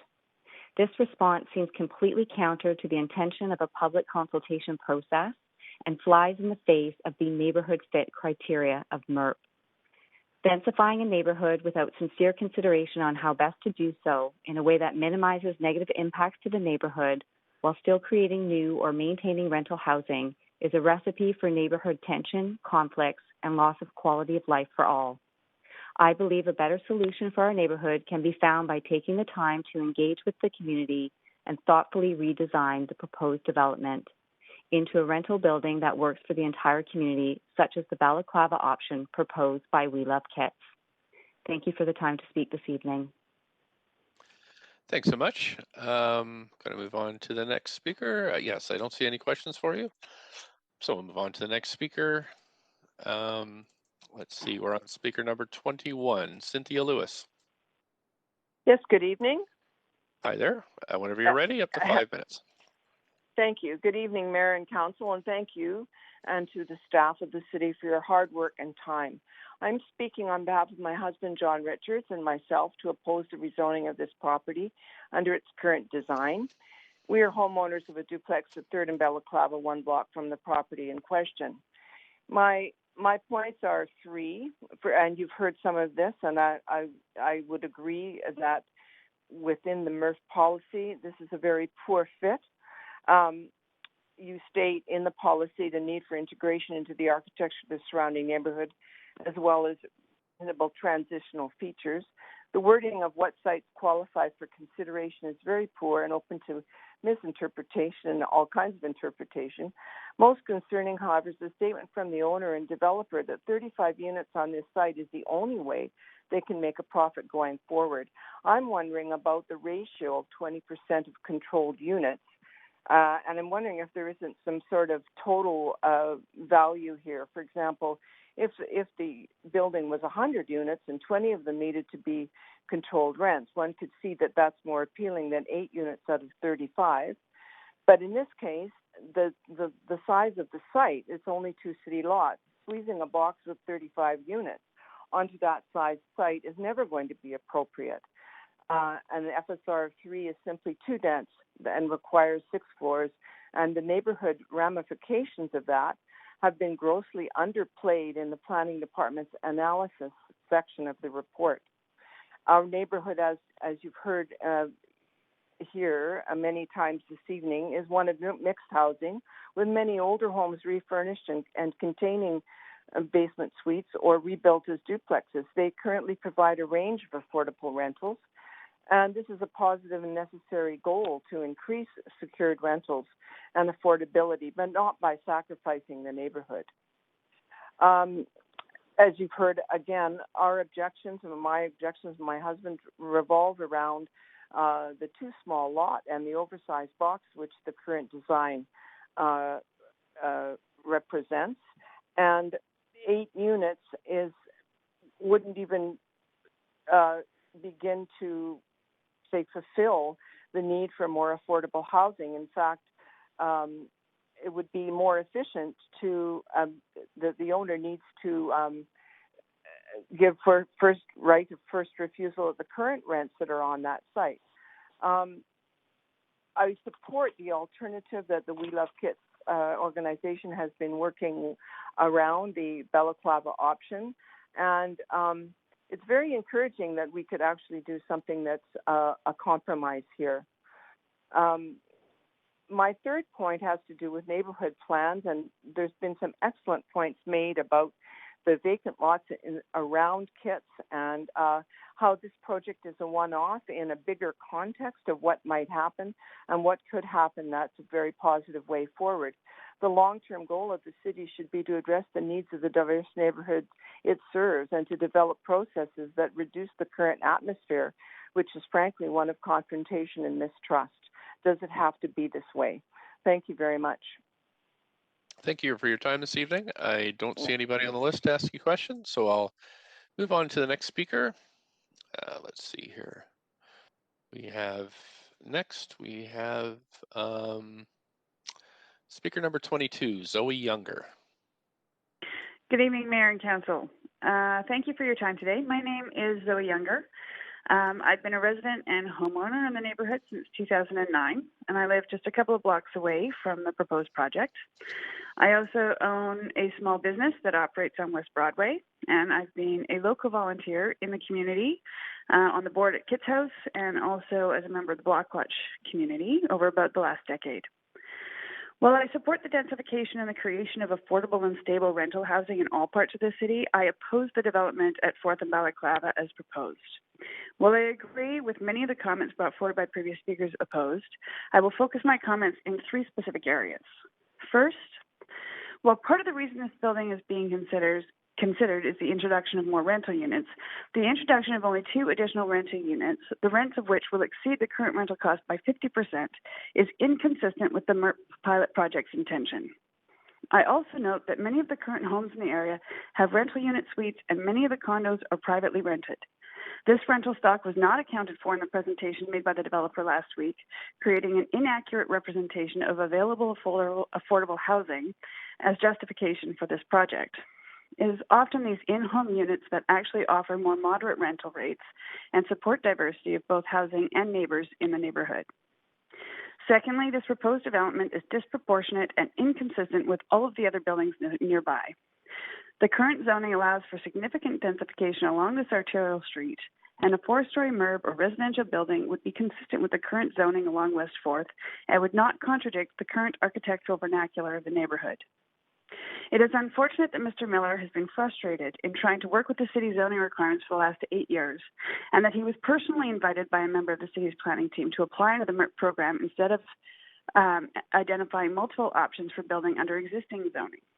If the city is prepared to make exceptions to zoning requirements under MERP, it would be consistent for the city planning department to also demonstrate enough flexibility under the current zoning to allow Mr. Miller a reasonable development and densification option for the site in question under the current zoning. With that said, I ask the Mayor and Council nonetheless to vote against this proposal based on its lack of merit and not on the amount of time and energy the planning department has invested or that Mr. Miller and his team have invested in the development of this MERP proposal as they have tried to navigate the quagmire of city bylaws and zoning to get something built on the site. My hope is that a new proposal under RM4 zoning for this site could be reviewed under an expedited process to offset the painful delays Mr. Miller has endured thus far. Finally, this design fails to meet the MERP criteria for the building to fit the predominant character of the neighborhood. The current proposed development is out of place, out of scale, and inconsistent with the current style along West 4th, which includes 4-story condos and MERPs on either side of the street. The exterior appearance violates the character of the neighborhood and will be a visual stain on the landscape. There is an insufficient transition from the current scale of development or that of the area to that being proposed. There are several examples of buildings with a mix of low and moderate income units, as well as commercial strata units, just 2 blocks west of the proposed development between Trutch and Blenheim.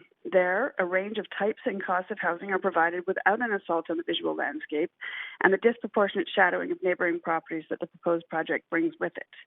Photos have been submitted separately to you through the online portal that show the articulation, setbacks, and green space in that block, which are consistent with the neighborhood feel and provide effective moderation of the characterological difference between the craftsman bungalows and the 3- and 4-story buildings across the alley.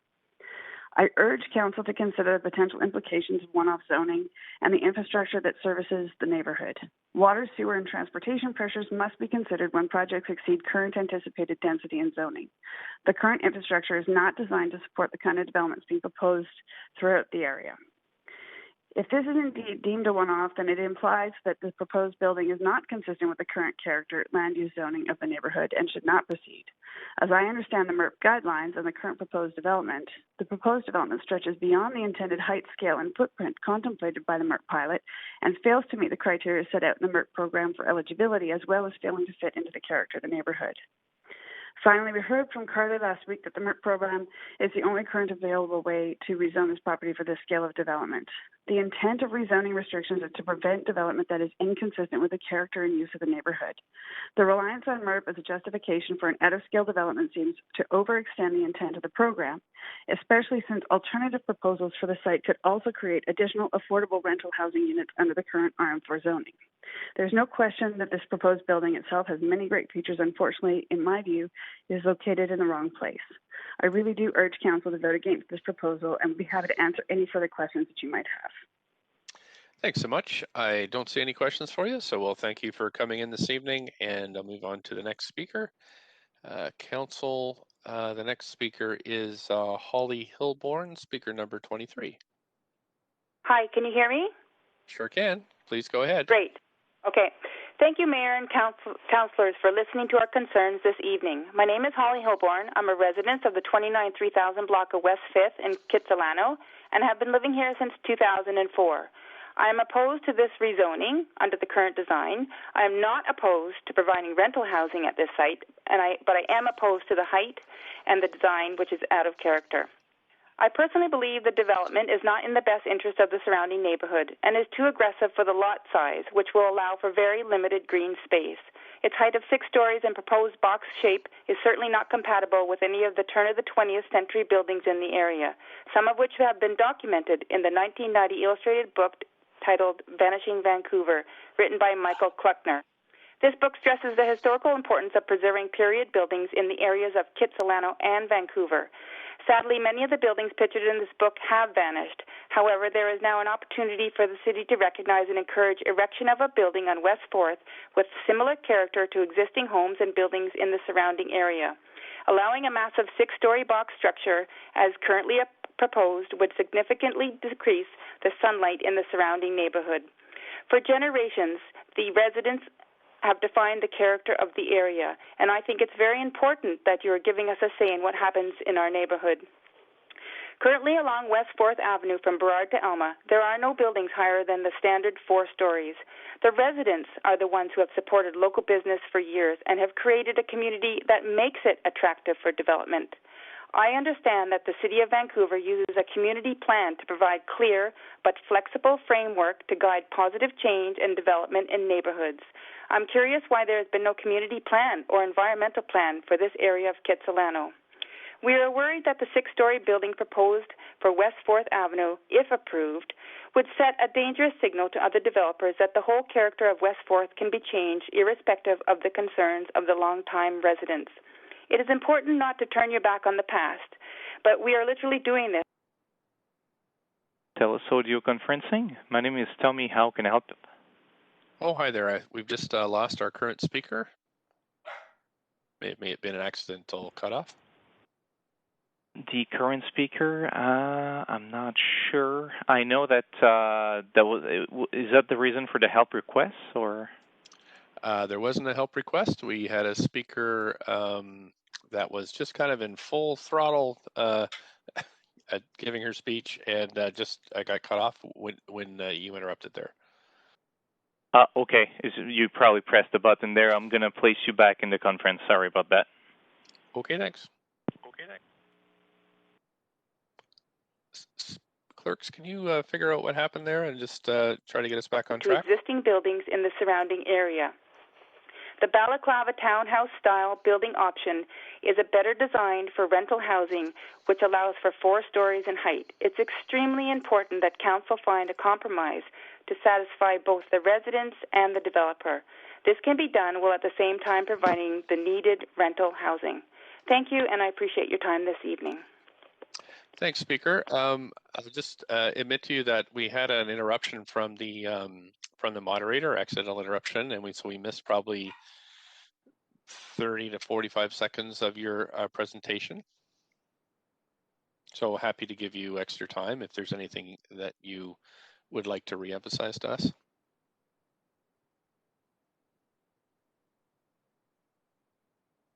Speaker, are you still there? Yeah. Find a compromise. Okay, so we did miss about 30 to 45 seconds of the middle of your presentation. Is there anything that you would like to reemphasize to us? Point of privilege, Mayor Chair. It's Councillor DeGenova. Just a second, Councillor DeGenova. Thank you, hear Mr. from the Mayor. speaker. I just wanted to note that where I heard the speaker come back online was talking about townhomes on Balaclava. I just wanted to share that, as that might be a helpful reference for where we missed the 30 seconds. Thanks. So, Speaker, did you kind of catch what I was saying there? Yes, I just wanted to, I guess maybe, I'm not sure where I cut out, but basically I just wanted to say that the Balaclava townhouse-style building option was a better design for rental housing, and it allowed for the 4 stories in height. And it's extremely important that Council find a compromise to satisfy both the residents and developer, and this can be done at the same time while providing the needed rental housing. Thank you, and I appreciate your time. Okay, thank you. And I don't have any questions for you, so thanks again for calling in tonight, and apologies for the interruption. I'm going to move on to the next speaker. Apologies for my puppy barking in the background there. Let's see. Okay, we have Chris Barden, speaker number 24. Chris Barden is next. Mayor and Council, can you hear me? Sure can. Up to 5 minutes whenever you're ready. Thank you for the opportunity to speak. My name is Chris Barden. I'm a resident of Vancouver, and I've lived on West 6th Avenue for 19 years as a homeowner and resident. I support this project. I recall when there was rental apartments located across the street where the Delano condos now sit, and it's good to see some rental coming back to this part of 4th Avenue. Other speakers talked about the potential for another proposal to be considered, but there is no other proposal before Council. And really, to make these rental projects work, it seems that they need to be dense. So, you know, this is what we've got that we're, you know, before us in terms of an opportunity. Basically, staff have identified that arterials are good opportunities for adding the 6-story building form. And this building form has been accepted on arterials for many years. It's a concept that's been in place for the city for some time, and it's a way of getting rental homes into neighborhoods on the fringes of neighborhoods and not located deep within them. I'd note that this is not a 6-story building that's being located amid a bunch of 1.5-story California bungalows. It's on the margins of the block that's, you know, bounded, as the proponent said, between Alma and McDonald and 4th Avenue and Broadway, you know, which is basically a sea of single-family homes. This is sort of at the outer edge. So it feels like a place where density could be added with less impact than might otherwise be. And I think that's the sort of rationale that's driven staff and council to consider the 6-story form as a means of adding density to neighborhoods. And I think that this is an appropriate opportunity to apply that. You know, there are lots of us who are single-family homeowners who are sitting pretty and have enjoyed the benefits of living in a single-family house and have a bit of a drawbridge mentality in terms of wanting to pull up that drawbridge after we've arrived and not let anyone else into the neighborhood. And with the changes that have happened to the city, you know, densification and the addition of apartment dwellings is the only way that we can accommodate the additional arrivals to the city who need affordable places to live. And so accepting some density in our midst is, I think, our obligation as citizens, instead of, focusing on a magical view of Vancouver's past, which, is very attractive, but really doesn't reflect or accept the fact that the times are changing, and, people's needs are changing, and people's ability to pay for housing is changing. So I would encourage you to accept this project as a means of addressing this and letting Kitsilano do its part of finding opportunities for young people and others working in situations that suggest that their finances suggest that they need to be renters. This is the sort of opportunity that we need to take up. So that'll conclude my comments. Thank you very much. Thank you so much. You do have a question from Councillor Hardwick. Go ahead, Councillor Hardwick, up to 5 minutes. Yes, Chris Barden, do you work in the property development industry? Yes, I do. Thank you. Thanks. That's it for questions. Appreciate you phoning in today.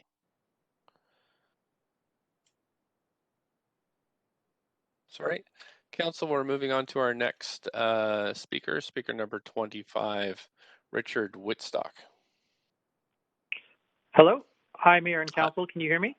Sure can. Up to 5 minutes whenever you're ready. Thank you so much. Thanks for this opportunity to speak. I'm a neighbor. I live a couple blocks north of the site. I'm literally within 500 feet of the project. I've lived in this lovely neighborhood for over 10 years. And I've lived in this location for 10 years. I've lived in north of 4th Kitts for over 15 years. I wholeheartedly support this project. I think it's great urban design. I think the height is not an issue. It's a nice punctuation at the end of the block that's already a 4-story condo, townhouse sort of expression in that block. I think it's nice urban design. I've looked at the plans. The units are nice. I think 2 extra stories of height is really not an issue, and especially in exchange for 8 deeply below market rental units. I think that is a good deal for the city and a good deal for the community. I've listened to the arguments about the height from some of my neighbors. I'm quite disappointed at what I hear. Specifically, I want to make the point that, I often read about the West Kitts Residents Association says this and the West Kitts Residents Association says that. They are not representative of me or any of the neighbors that I speak to in my block, who are overwhelmingly in favor of this development. Speaking with, my direct neighbor, I'm sure you read all the letters that come in. She wrote a very eloquent letter, Dr. Alex Samuel, about her special needs child and how hard it is for her to get caregivers because the neighborhood has become so much more homogenous in the 20 years that she and her family have lived in the community. I really urge you to support this great project. As a neighbor, we need more housing diversity in this area. The MERP program is a good trade-off for the city. 6 stories of height is not an issue on a busy arterial street like West 4th Avenue. And I hear a lot of people bringing up this supposed alternate plan, this 4-story stacked townhouse at 2 FSR. As many on council may know, I am a developer. I've built hundreds of stacked townhouses in my career, and I think I'm pretty good at it, but I've never achieved a density of over 1.4 FSR. So to hear that, people keep throwing out this alternate plan, like, let's not do this, let's consider this this plan B, it's a smokescreen, it's a red herring. It doesn't exist. It's not economically viable. If it was, people would be doing these projects, but they're not. They don't work. There's no such thing as a 2 FSR stacked townhouse project. It doesn't exist. You can't get more than 1.2, 1.3, maybe 1.4 FSR. And the economics, which is basically what you would build under RM4 anyway. So the economics are not viable as a rental, especially with any below market housing at that density. I think that's everything that I had. Thank you so much for listening. Really hope that you approve this project. Thank you. Thanks for calling in this evening. I don't see any questions for you, Point of so privilege, Mr. Mayor. yes. It's Councillor DeGenova. I do have questions, and I'm sorry I can't get on the queue right now myself. Okay, sure. Well, put yourself on Is the the speaker queue. still there? Thank you. Yeah, I'm here. Okay, great. Please go ahead, Councillor DeGenova, up to 5 minutes. Thanks very much. I was really intrigued by what you said in trying to achieve greater density and some of the comments that you'd heard tonight, and also your own expertise. Do you think that and you had noted something being a red herring? That's your opinion. We hear from a lot of people who have opinions at these public hearings, but in trying to move forward to close that gap of the middle between sort of the smaller multifamily residential units and then all the way to the other side of it, which would be the detached single family residential homes, do you think that this is sort of the direction to get that right supply in this neighborhood? Because that's also a point that's come up, and something that we can consider at public hearing is this the right fit for the neighborhood? Is this moving forward in a positive direction? So I was hoping you might be willing to comment on that. This particular project, the 6-story, 35 units. Yeah. No, I think it's wonderful. Like I have no concerns with the height. We need rental housing. I think we need good, and it's a new building, right? This is what everybody keeps forgetting. They're trying to solve all the world's problems with new development. New development, by definition, is the most expensive kind of development, right? But the buildings on this site, I drive by them every day. I stand at the bus stop right in front of them. They're old buildings. They're falling down. They're at the end of their life. There's a lot of the rental stock that we have in this city, unfortunately, is nearing that point where it's near the end of its life. This MERP project that the city has devised, or program that the city has devised, is a great way to maintain the affordability that's already on the site, by and large, but then create new supply that in 20, 25 years will truly be our affordable housing supply. And if we don't build it now, then we'll be in the same position now. We'll be in a worse position 25 years from now. We haven't built hardly any rental housing over the entire span of my life as an adult in the city of Vancouver. And that's why there's very little affordability out there other than in buildings that were built in the 1960s and 1970s. If we had built a ton in the 90s, in the 80s, in the early 2000s, then we would have an aging supply of good rental housing now. But unfortunately, we don't have that. So we have a big gap in the marketplace. And the only way to do it is to bridge that gap is to have some below market units. And I know how hard the economics are. I mean, you guys have had Coriolis and your staff look at these pro formas to death. I mean, we know what the economics on these things are. We know how hard it is to deliver deep affordability. And in this location, for 2 extra stories, I mean, my God. And to hear people on the south side complaining about it, you're not even getting shadowed by it. Like, what is this building doing? It's a beautiful little gem of a building, well designed, nice urban design, no shadows. I don't get it at all. I just want to make sure that I asked you, because you took the words right out of my mouth and answered one of my questions for me. And just from my experience working in non-market housing and looking at sort of the stock of housing that we have in this city and throughout Metro Vancouver, 20 to 25 years is really, that sweet spot where you hit sort of a level of affordability, but you're not overrun by maintenance costs. Can I just steer you to a question? Aging infrastructure. Is that what you also think we should keep in mind? And thanks, Mayor. 100%.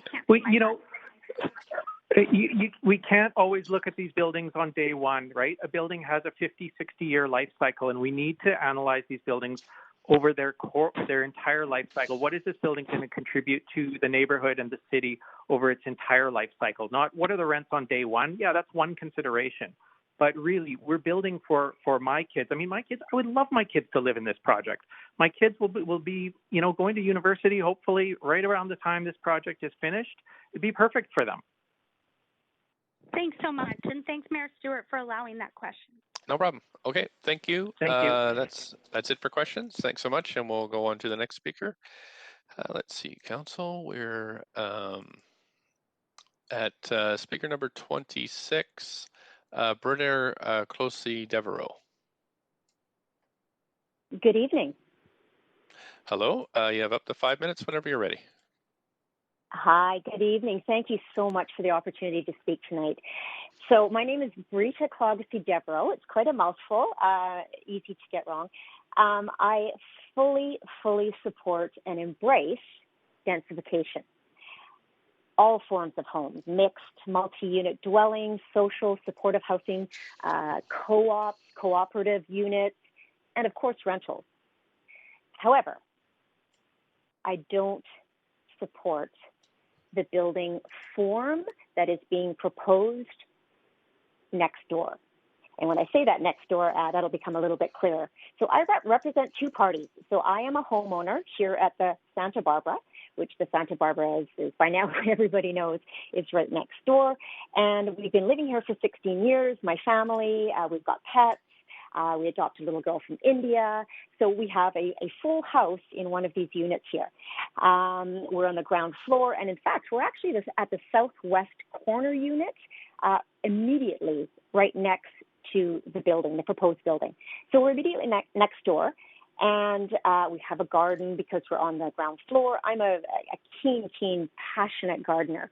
And I make that statement because we're outdoors a lot as a family, when COVID wasn't around, of course, entertaining, etc. So I'm also, funnily enough, one of your former speakers, I believe her name was Zoe. I also used to be on the board of Kit's Neighborhood House, so I do a lot of volunteering in the community as well. But the second party that I represent is the Strata Council of the Santa Barbara. So the Santa Barbara, just for those who aren't aware of the property or don't know much about it, has 52 units, and there are over 100 owners and tenants that are here. Many of them are original owners, and the building was built in 1998, so they've been here for 23 years. And just for clarification, our building has over 40% of the units are rental units, and there's no cap.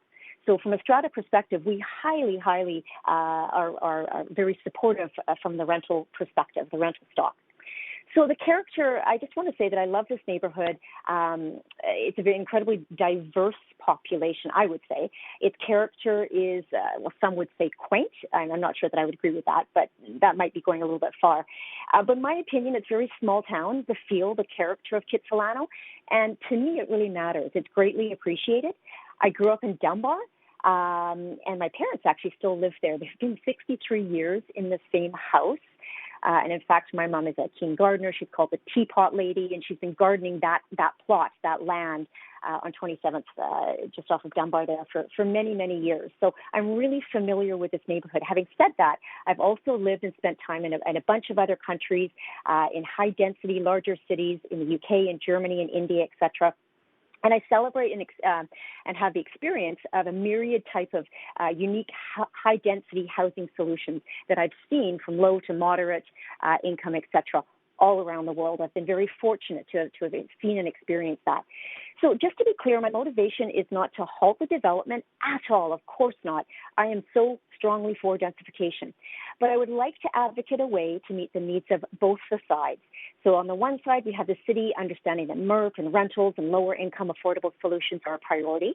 We've got the developer, of course, James Evans. He wants to find a workable design solution, and we've heard that from many of the speakers. We've got the landowners, the millers.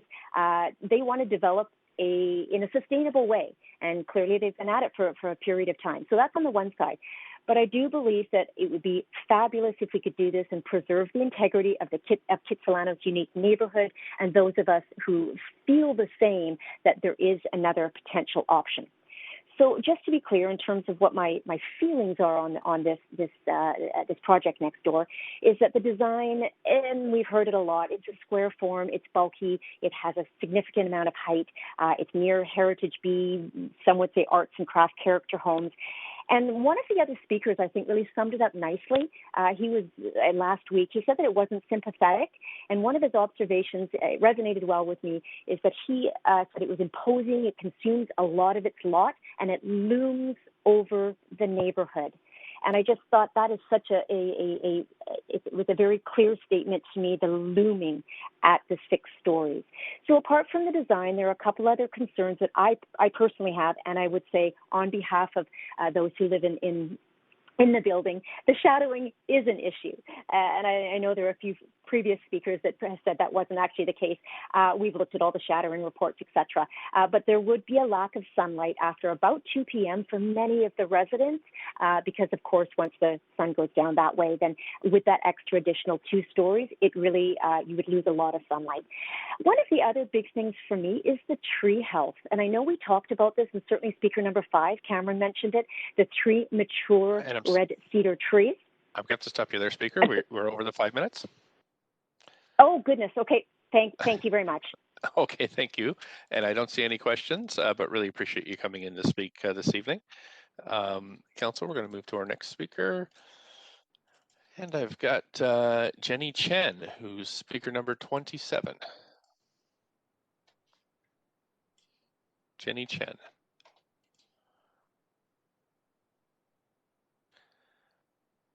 Clerks, do we have Jenny Chen on the line?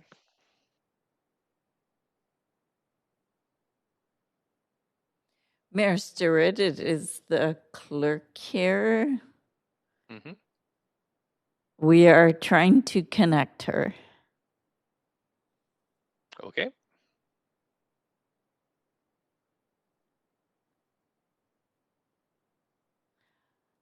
Mayor Stewart, I am hearing that Jenny Chan has disconnected.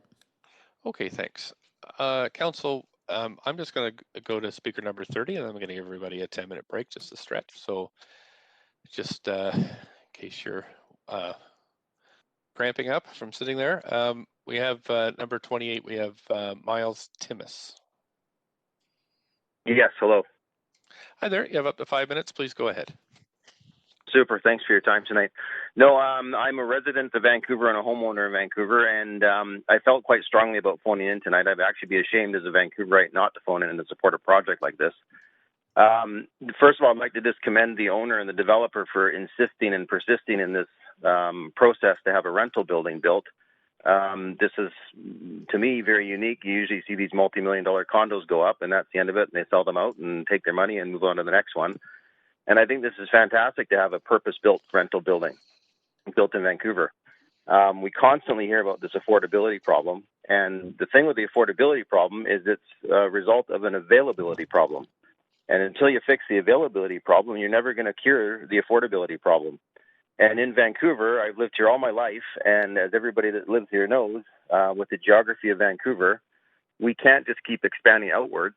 You've got 2 ways to expand. You can go up or down, and most people don't want to live underground. So you need to expand upwards, and buildings need to get taller, and they need to get more units in there. And I think this is a perfect project. And as far as the location, I think if you open a map of Vancouver, you couldn't find a better location for a project like this. And I know the immediate residents are concerned about the 6 stories, but it's like when the temporary modular homes went in, and everybody said, "Oh, I don't want that in my neighborhood," and it looks horrible, and on and on and on. You drive around the city now, and they're all over the place, but nobody even notices them. And that's actually done wonders for the city. And I think this is the same thing. The extra 2 stories, other than some shadowing that's been mentioned, no one really has said why they don't want the extra 2 stories and the extra units in a project like this. And personally, I hope this does set a precedent for not just that neighborhood, but all of Vancouver to expand it. I can't imagine where we'd be in 5 or 10 years from now, going at the rate we're going. I mean, to be quite honest, at this rate, I don't even think this project could be going in 5 years. So I think this whole process needs to be sped up, and I think that will really help cure the affordability problem. So I'm definitely in favor of this project. Thanks for your time. Thank you. You do have a question from Councillor Hardwick. Yes. Do you work in the real estate industry? No, I don't. You're not in the property development real estate industry? No. Okay, thank you. Okay. Thank you so much for calling in, Speaker. I'm going to move on to the next. Thanks. Okay, let's see here. We've got 29. Speaker number 29 is Jared Anderson.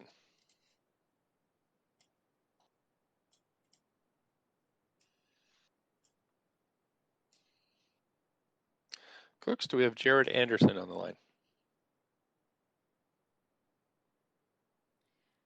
Mayor Stewart, it is the clerk here. I'm just double checking, but it appears no. Okay, thanks. We'll go to Rick Harris, who's speaker number 30.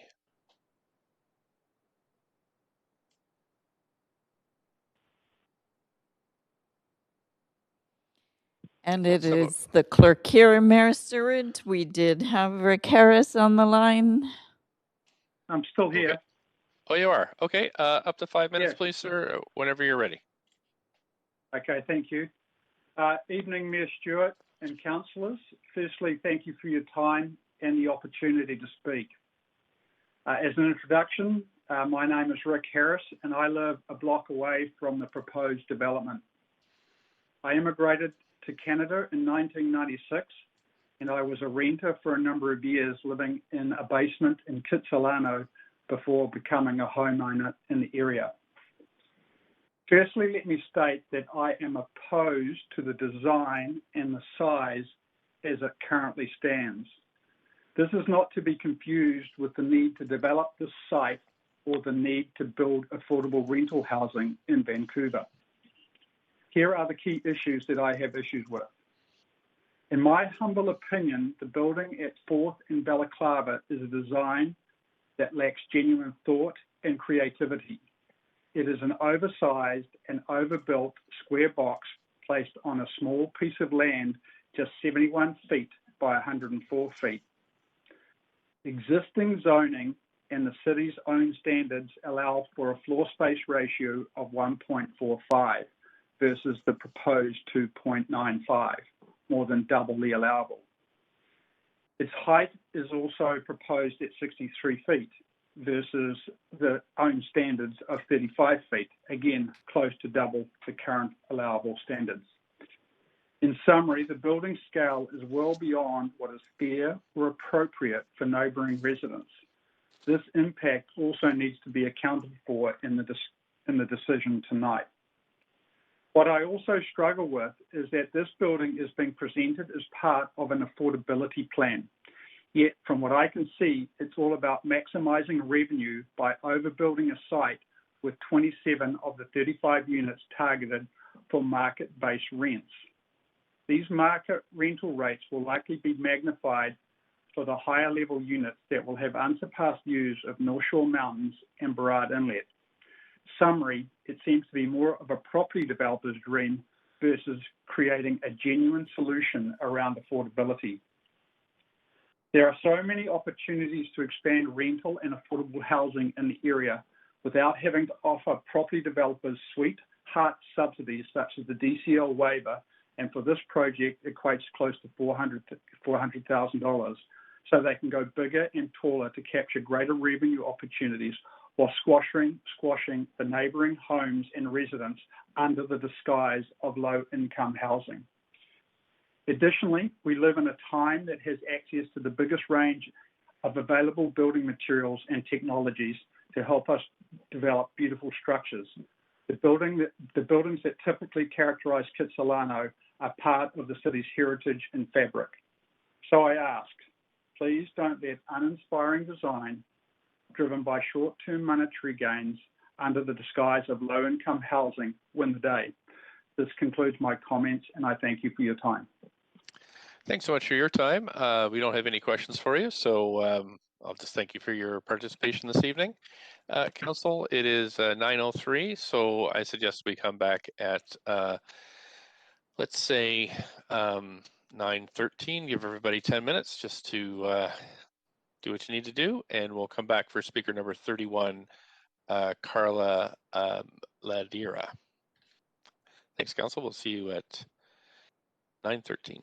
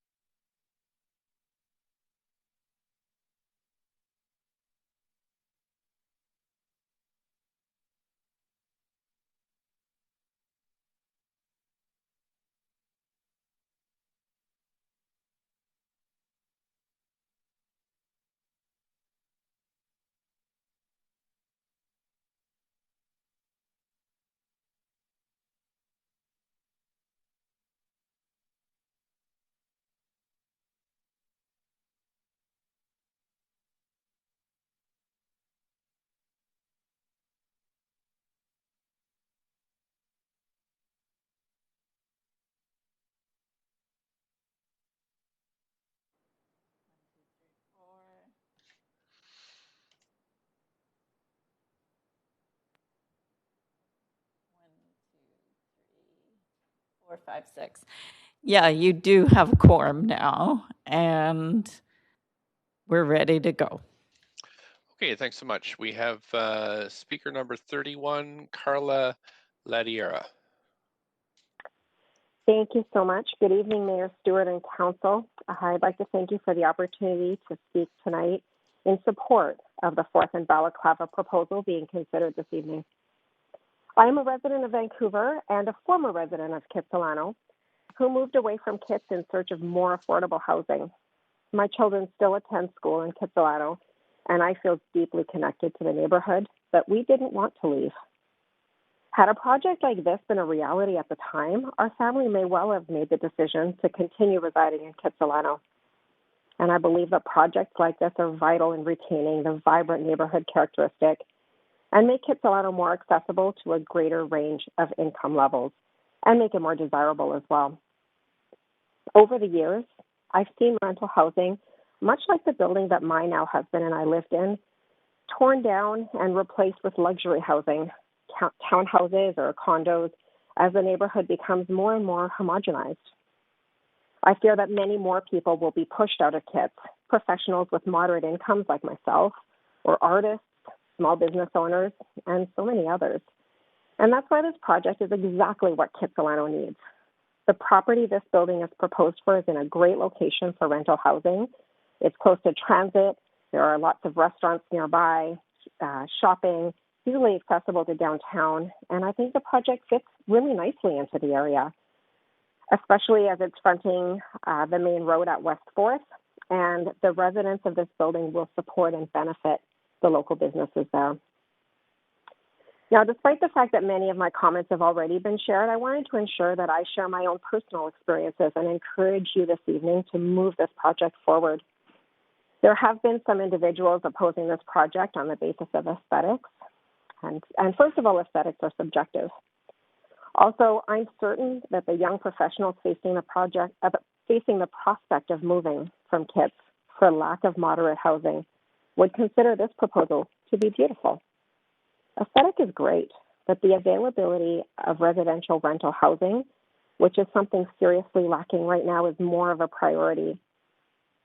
The aesthetic complaints, in my opinion, mainly come down to height.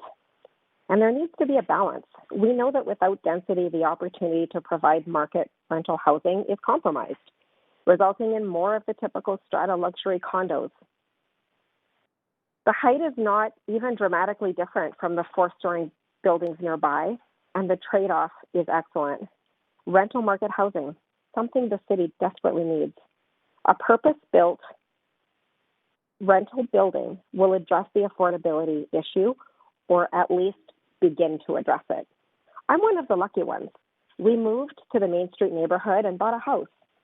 But I'm concerned for those who are in the position that I was in back then. And moving east is no longer the solution to affordable housing. I personally am very grateful for people like Mr. Miller, who seeks to do the right thing and provide the kind of housing that Kits desperately needs, rather than more luxury condos that few can afford. And he could easily have made that decision. Kits needs more projects like this one to ensure current and future residents have choices of where to live. And I hope you will approve this project tonight. And I very much appreciate your time this evening. Thank you.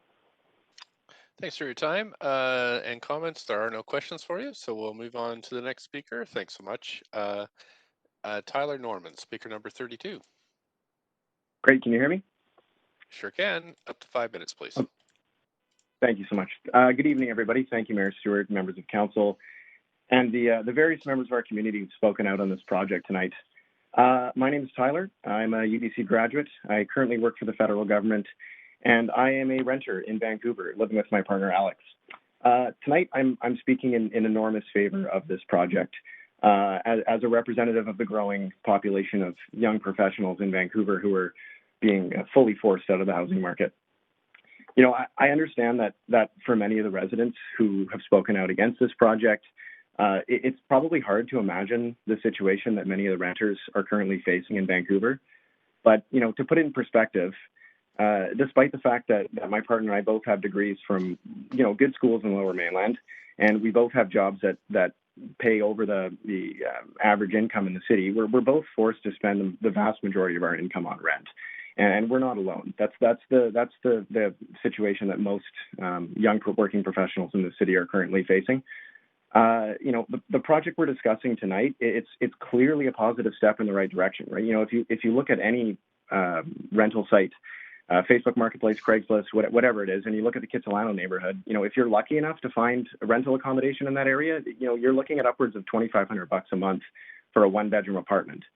That this is so far beyond a conversation about what's sustainable and what's not sustainable. We're full on in crisis mode, and it's even worse for students going to UBC. When I was a student, I would travel over an hour each way to get to school every day, and for many students, it was up to 2 hours a day each way. Sure, it's an issue for students, but once we graduate, we all sort of figured that this would end, and that we'd be able to get a jobs that would allow us to afford rental options in the city. Those folks are gone, and this includes people that have come from all around the world to study and take advantage of a UBC education, and they've left for Calgary, they've left for Kelowna, they've left for to whatever country they came from because they can't afford to live in this city. It's interesting. We just heard a presenter a few minutes ago talk about vanishing Vancouver, and I think that's a really fitting way to describe this exodus. And I can tell you exactly who's vanishing. It's small business owners, highly educated workforce, and doctors and healthcare professionals that can't afford to live here anymore. This project is a real step in the right direction. I encourage members of We Love Kits and other individuals who have spoken out against this project to consider what the current situation looks like for young professionals in the city, how dire it is, and how desperate a situation we are facing right now. We need action. We need increased housing supply. We need projects exactly like this one to be built at 4th and Balaclava. It's a well-designed, attractive building. It offers a real concrete solution to this housing crisis. It offers affordable rental. It offers hope for workers who are living and working in this neighborhood, and it offers hope for students who are going to UBC so that they don't have to spend 3 hours on the bus each day just to get to class. It's near transit. It's perfect. It's near amenities. It's near parks, community space, childcare. This is a perfect neighborhood for a building like this, and I really implore council to do the right thing here and allow this project to be built. Please give hope to renters in Vancouver and take a positive step forward. Building this building. We really need it. Thank you. Thank you so much. There are no questions for you, so I'll move on to the next speaker. Thanks for participating this evening. Okay. Next speaker is Cheryl Webster, speaker number 33. Hello, can you hear me? Sure can. Up to 5 minutes, please. Okay. Good evening, Mayor and Council. My name is Cheryl Webster, and I live in Kitsilano, 1.5 blocks from the site. Thank you for listening this evening. I oppose the rezoning of 3084 West 4th and 2010 Balaclava Street for the following reasons. I'm opposed to the building form, specifically the height and setbacks. I am not opposed to increased density, secured rentals, nor middle-income renters. When I took a closer look at this proposal, I discovered that it did not seem to meet MERP policy requirements. This project was displacing 6 units, which are too many units under the policy. The current site has 6 2- to 3-bedroom units and houses 13 people. Each unit rents for approximately $1,600 for 1,100 square feet. This is below the stated MERP rates. The new MERP units will be more costly per square foot than what exists. The current site has a minimum of 12 bedrooms, while the proposed project only provides for 11 total moderate income bedrooms. So there is a loss at a minimum of 1 moderate income bedroom. As well, the newly proposed MERP units will be approximately 2,000 square feet less of usable, livable space than what currently exists. So upon closer look, it is clear that the MERP aspect of this project is a net negative in the number of bedrooms, square footage, and affordability. So my question is, if there is actually a net negative benefit to moderate income renters on this site, why is there consideration of so many allowances? The design allowances and financial waivers such as increased height, small setbacks, lack of character and heritage in an RT 7 and 8 neighborhood, and waived DCL should not be applied to this project. Both the increased height and lack of setbacks are not neighborly, a contradiction with MERP policy to transition to homes and neighborhoods, as it will cast afternoon shadows and drastically impact the many back gardens at the adjacent Santa Barbara building. Plus, the increased height will be visible from most houses in the area, reducing privacy. If approved, this will be the only 6-story building on the 4th Avenue corridor between Alma and McDonald, and even further. Even newly proposed buildings on the corridor respect existing zoning and will be 4 stories, and this even includes proposals at the main intersection of 4th and McDonald, where one would expect a 6-story building. This is in contradiction to Section 3.3 of the MERP requirements for neighborhood context. There is no other building within 200 meters at this height. This project does not have a setback buffer consistent with other developments in the neighborhood, especially the adjacent buildings. Buildings along 4th are eclectic, but they are consistent in both height and setbacks, maintaining the look and feel of the corridor and the neighborhood. Plus, there is significant concern about the setbacks and scale of the building in regards to the mature cedar trees. These large evergreen trees provide significant habitat and are much needed for our climate emergency. Everything should be done to save these large trees by going beyond the minimum requirements. On the site plan page on the City of Vancouver's website, the tree canopies are underrepresented, and the tree heights were also underrepresented in the presentation at the beginning of this hearing.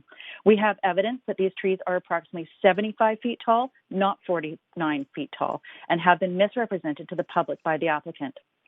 In this RT7 and 8 neighborhood, many building owners and developers have gone through costly and time-consuming renovations being upheld to the stringent character standards set by the City of Vancouver, and this building is a slap in the face.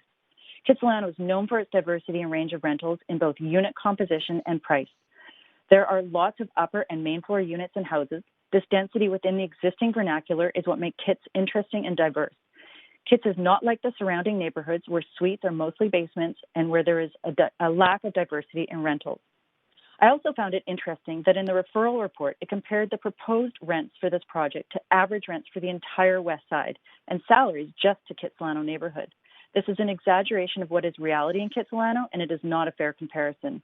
This fact alone is case in point for the need for neighborhood-based planning to know what is needed in each neighborhood.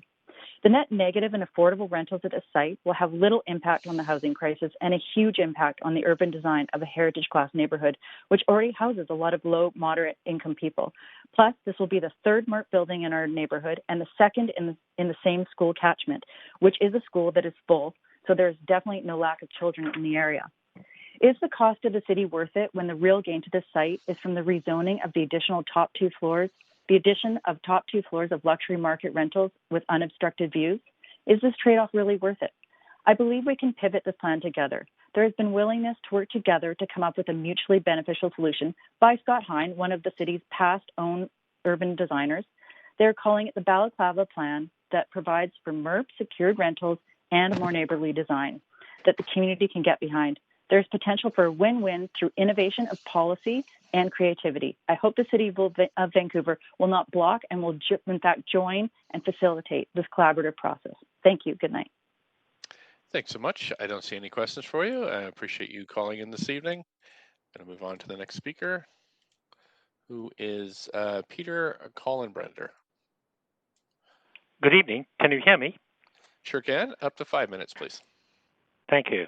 My name is Peter Collenbrander, and I'm a resident of Vancouver. Thank you for the opportunity to speak to this proposal. I strongly urge the Council to approve the application because it aligns well with the city's key priorities and citizen needs, and it chimes with the times. Those priorities and needs include increased rental housing stock, family accommodation, and several of the earlier speakers have talked of how this would positively impact their prospects, the prospects of their families, and those who work for them. It would also provide access to transit to places like UBC, to VGH, to East Van, and downtown. And I think an important other consideration is the lower building emissions. In addition, there are the access to cycle paths. All of those things are good, but in particular, I applaud the actual provision of moderate income housing stock units. In line with the city's moderate income housing policy, the site has been deemed appropriate for a 6-story building. As a result, the provision of attractive, affordable, modern, much needed, and conveniently located accommodation for the likes of nurses, first responders, and teachers becomes feasible. As the current pandemic has underscored, these are the very people, the adults, the seniors, and the children of a community heavily depend on for their safety, their health, and their well-being. Without this proposal, and the height required to achieve it, such professionals will likely be shut out from the community. They deserve better now, not another 8 years down the line. Thank you. Thank you for your time this evening. We have no questions for you, but appreciate you participating very much. Thank you very much. And we'll move on to the next speaker, who is Stuart Rush, speaker number 35. Thank you, Mayor. My name is Stuart Rush. I've lived in Kitts for 26 years. I oppose this rezoning. My partner and I walk by the corner of 4th and Balaclava several times a week for exercise. Last week, we stopped to take a closer look at the corner houses, the neighborhood houses, and the development site. And I've looked fairly carefully at the proposal referral. The proposal for this site could not be more out of place. Putting a box with this height and mass that towers over adjacent houses and streetscapes doesn't make sense. The building is oversized for a small lot. There's no proportionality. Well, you'll say, well, what is proportionality? And I think you know when something doesn't fit. Would 10 stories fit? Would 8 stories fit? Your answer is going to be no, I hope. 6 stories doesn't fit either. The fact is that here you have a situation where there's a contest between secured rental or strata, and things are polarized around those two opposites. But there's other creative solutions, and some of them were, I think, quite eloquently pointed out by Jan Pierce. There's an honest effort to reshape and to redesign a different alternative. So what is the city trying to achieve in approving this design over the objections of the neighbors and over the efforts of the community to find an alternative proposal that could be acceptable to the developer and neighbors? You have a group of neighbors and a developer who, notwithstanding estimates of rental demand in an abstract future and a lot of unsupported assumptions I've heard tonight, have collaborated to evaluate and consult about another plan that is more in harmony with the housing structures in the community. The townhouse over apartment form is viable and attractive. The developer has expressed an interest in the concept, and this should be encouraged, not discouraged. Why not enable it? Give it a chance to become. This is public consultation speaking. Consultation is more than a ritual. It is more than an economic benefit. It's not about letting the neighbors blow off steam. It is about a substantive process where genuine alternatives should be heard and investigated. It is more than a statistical equation of yeas and nays. It means listening to others' points of view and changing when ideas are better than what you have on paper. You have an opportunity to embrace a community initiative here, and you can do it. My final word is the one on policy, which I think has been spoken very well to by previous speakers. The proposed building does not conform to MRF policy because there are presently more than 3 rental units already on the site. It would be a travesty to allow the policy to be so construed to say there are not. How can it ever be a good thing that civic government makes policies and then finds a way to circumvent them? A councillor once told me, leave the policies to us and you bring us the facts. Well, you made the policy and it's being distorted, but the facts don't fit neatly into it. Listen to the facts, and this is the reason to reject the application. Thank you. Thank you so much. I don't see any questions on the queue for you, so we're going to move on to the next speaker. Thank you. We have Karine Liu. Hello. Hi there. You have up to 5 minutes whenever you're ready. All right. Thank you. Hello. My name is Karen Liu, and I am a resident of the Kitsilano neighborhood, and I am speaking in favor of this development proposal. So I recently put up a listing of a ground level suite in our house, that's about 400 meters away from the proposed development site. For reference, our home has a 100-point cycling score, a 92-point walk score, and a 72-point transit score. This makes this the perfect place for people to live and engage with their community. I had over 1,200 listing views, 124 responses, and I conducted more than 20 viewings in the span of only a couple of days. From this experience, I realized how in demand this neighborhood is. For Council and the Mayor, I ask you to consider this development that it's a part of the moderate income rental housing pilot program, and I wish for you guys to consider this through the lens of possible future residents.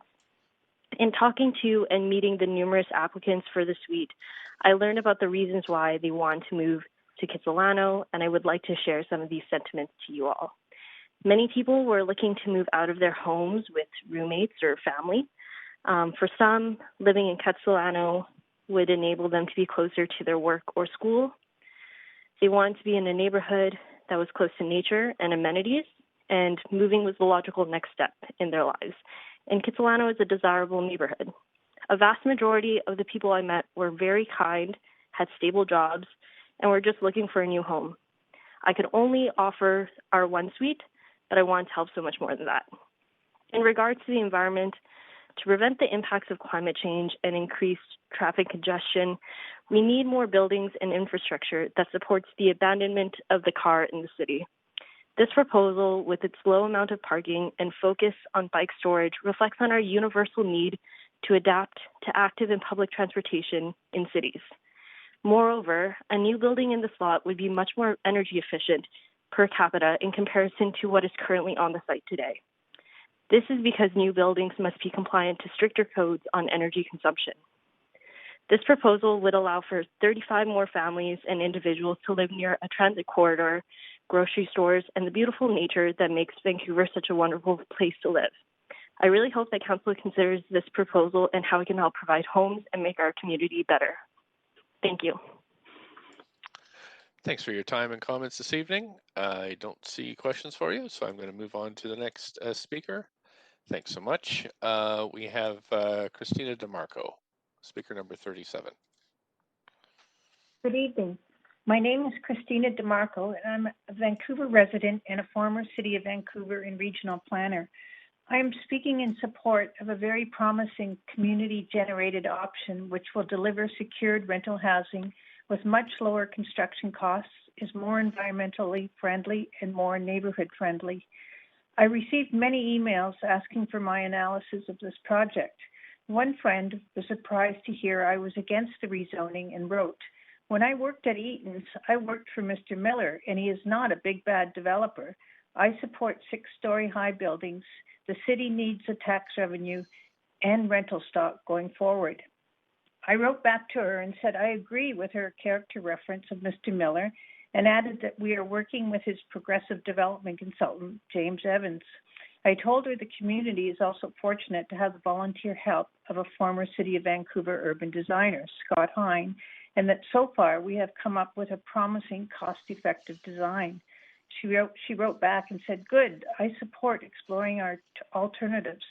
Please keep me posted." I agree on first glance the current project seems adequate.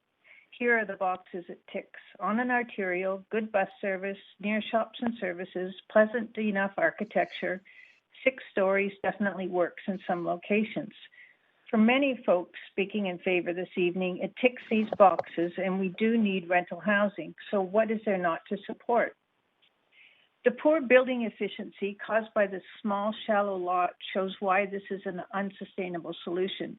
Very expensive building costs, high inefficiency, no room for green infrastructure. Simply put, as one of my professors used to say, nothing gained by overbuilding. The conditions for exploring an alternative are highly suitable for 5 key reasons, and these reasons also explain why I volunteered to help. Number 1, the Kitsilano community leaders are open to innovation and support the need for secured rental housing. They support more density than is currently allowed and not worried about space for parked cars.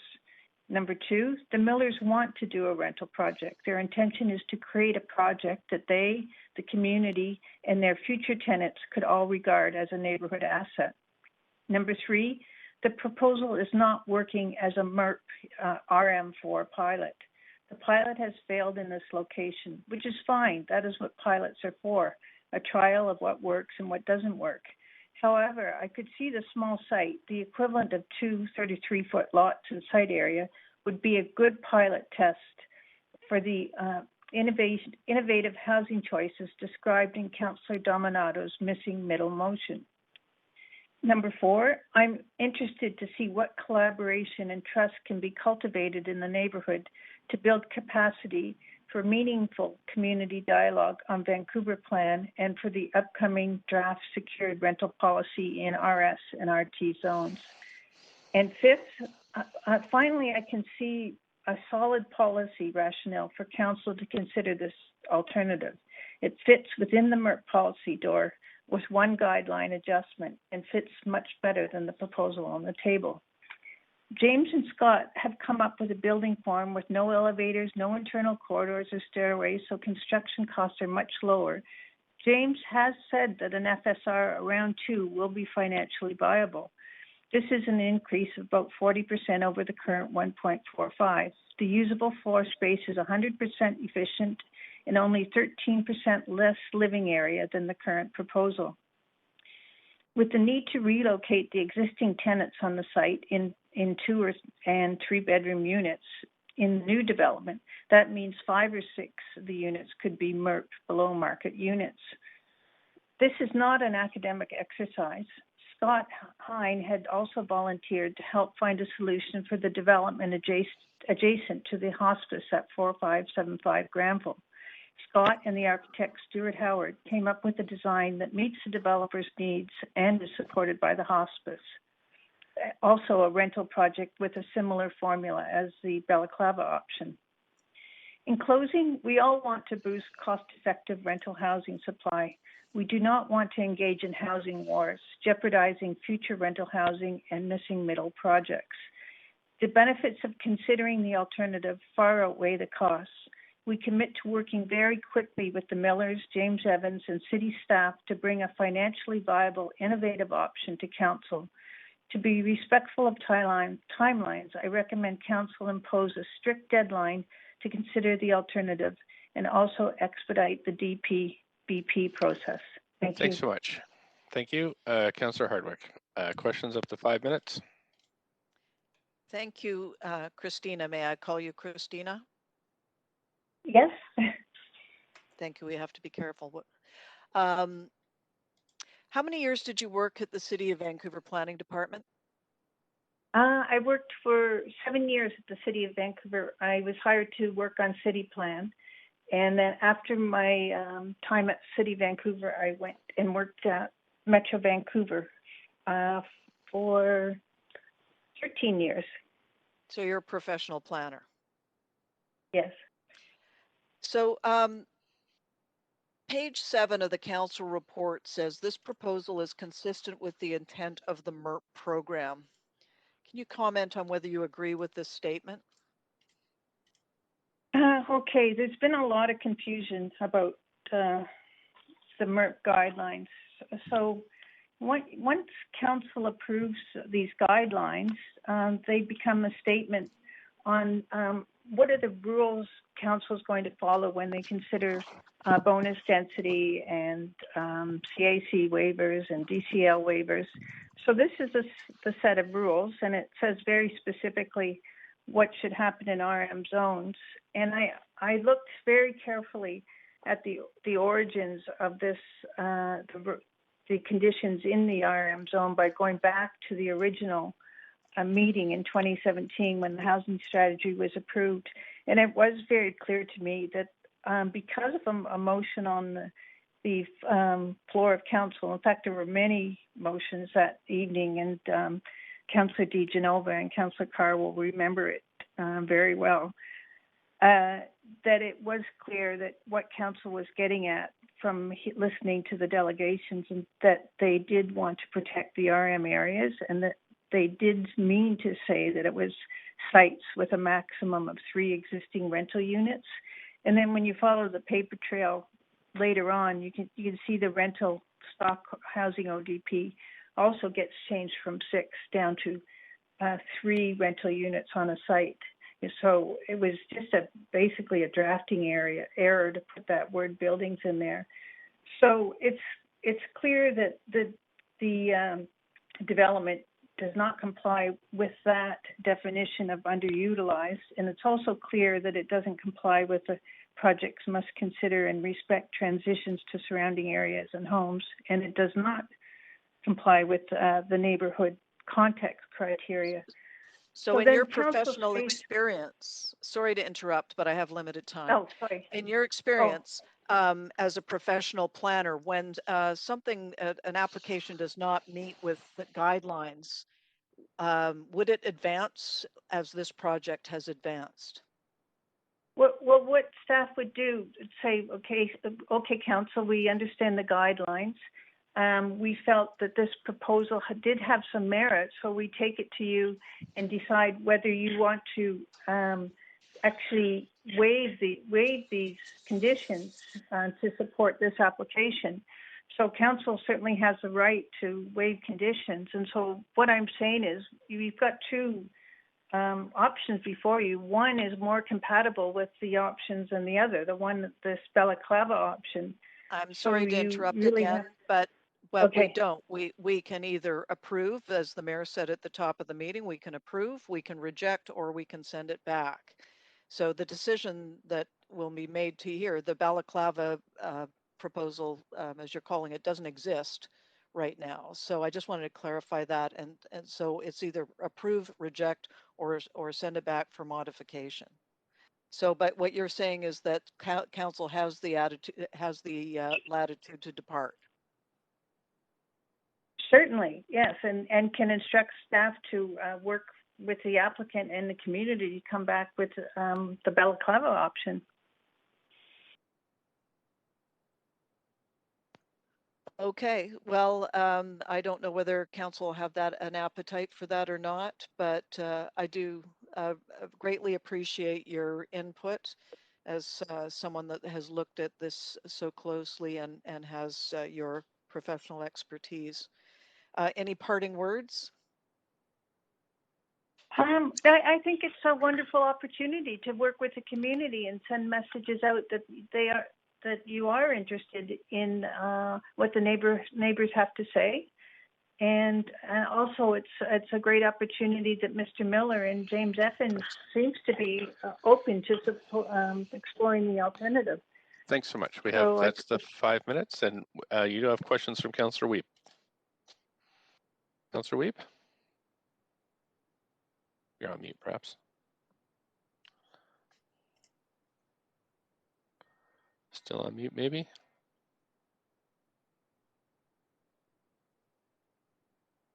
Councillor Weep?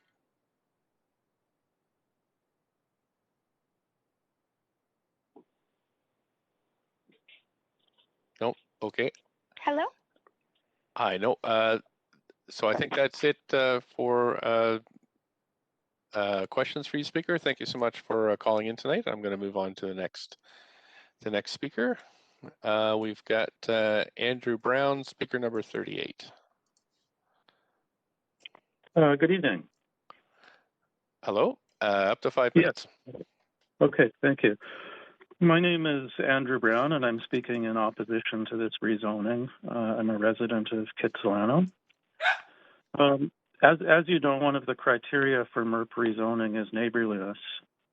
As I watch these spot rezonings happening in our neighborhood, I'm concerned that the planning department, and I can only assume it's because of their enthusiasm to implement these policies, rather than presenting a balanced view, seem to act as advocates for developers, even to the point of sidestepping glaring deficiencies in the proposals.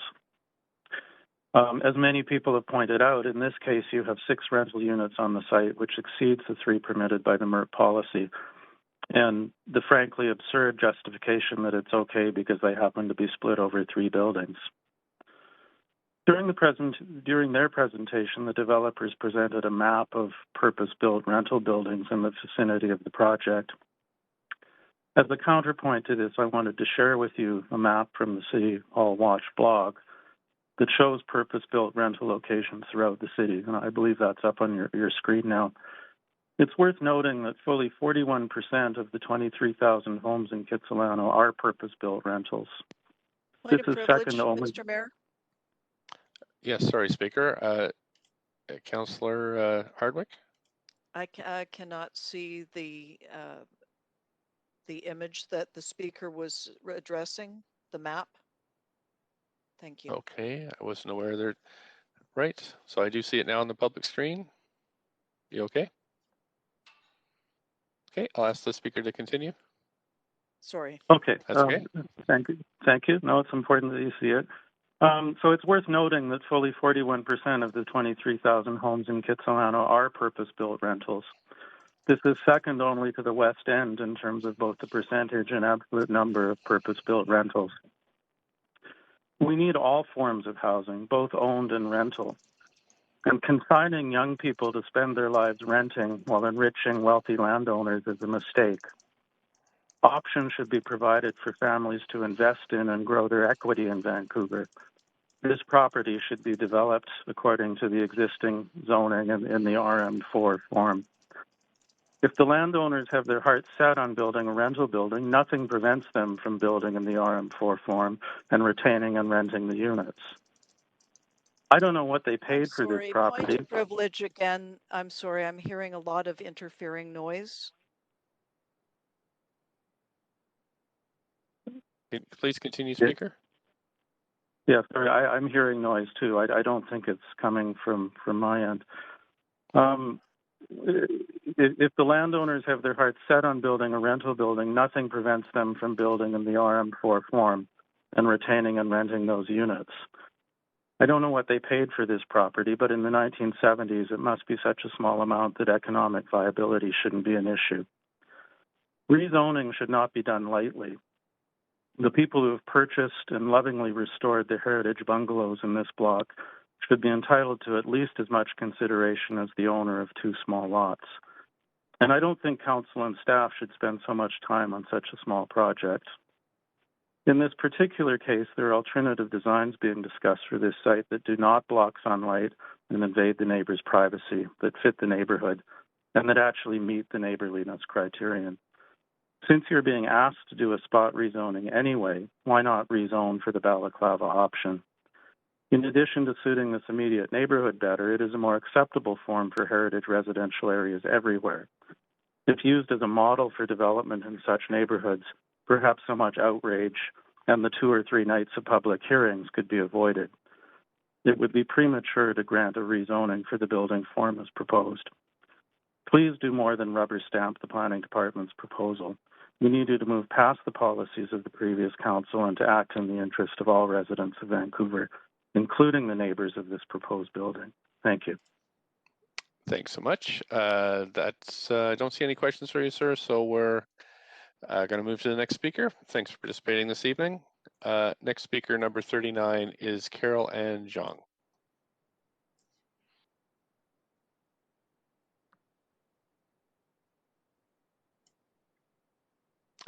We have Carol Ann Zhang on the line.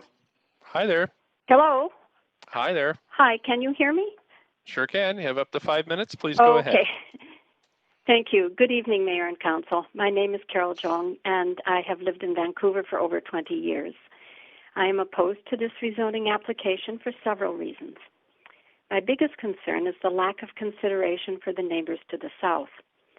I do not agree with the 3-foot setback relaxation on the south side. The lots along Fifth Avenue are already shallow lots at 32 feet by 110 feet, whereas a standard residential lot is 33 feet by 122 feet. The relaxation in setbacks that the applicant is asking for will bring the proposed building unacceptably close to neighbors on the south side, causing problems of looming mass and overlooking. Balcony placements on the south side are also major and unacceptable privacy problems. I note that the Urban Design Panel's assessment on May 13, 2020, has many unresolved issues with the way the south side of the building is treated. Here are some quotes from the panel. First, the building is not well transitioned to the south and the lanes along the single-family zone that have a lot of green and amenity on neighboring sites along the lane. Second, the lane setback relaxation is not supportable. Third, the project is challenging to the single-family zone to the south. It needs to go further to reduce the height and bulk. And the panel only supported this project with the following recommendation. Design development to present a greener, more gardeny edge to the project, especially to the neighbors to the east and the south. There are so many problems related to the south transition. I'm very disappointed that the applicant hasn't made any material change to the original application and is trying to push it through council. Mayor and council, this building is an inconsiderate design. I respectfully ask that you do not approve it, but rather explore other options, like the balaclava option. Thank you for your time.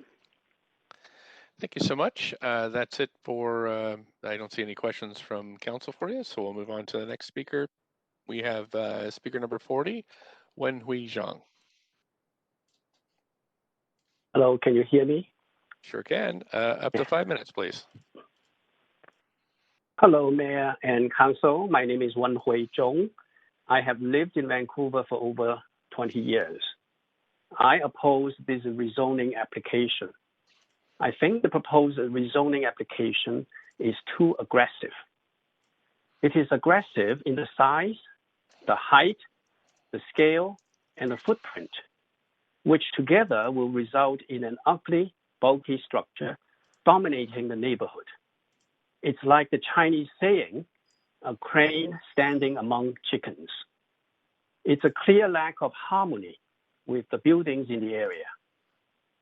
When you compare this aggressiveness with the alternative design, the balaclava option, as proposed by the West Kitsilano Residents Association and We Love Kids, you can see the deficiencies, such as the inefficient use of space, the narrow setback, and neighborhood incompatibility.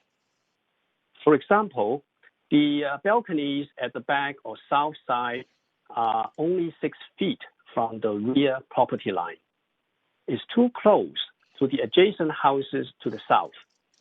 This bulky design with little setback is also a problem to the front or north side of the proposed plan. Residents will be closer to the 4th Avenue traffic noise and will have less greenery, as they will lose at least 3 existing mature cedar trees. The crux of the matter is about balance, about achieving the city's goal while taking into consideration the concerns of the residents in the neighborhood. It's about attaining that goal in a more efficient and equitable way. I respectfully urge the city to reject this rezoning application. By doing so, you keep the door of collaboration open. Thank you for your time. Thank you so much for your time. I don't see any other speakers. Council, we're at 9:56 by my clock, so not enough time for another speaker. We'll need a motion to reconvene, to recess and reconvene. I believe it's tomorrow at 6 p.m. That's February 24th at 6 p.m.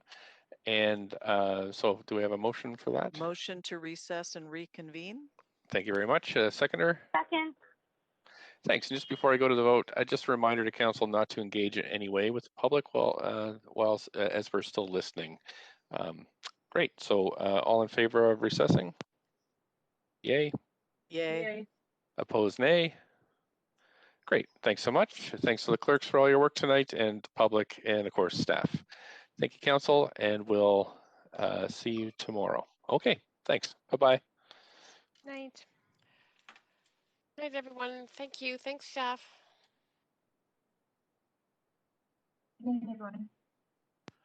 See y'all tomorrow.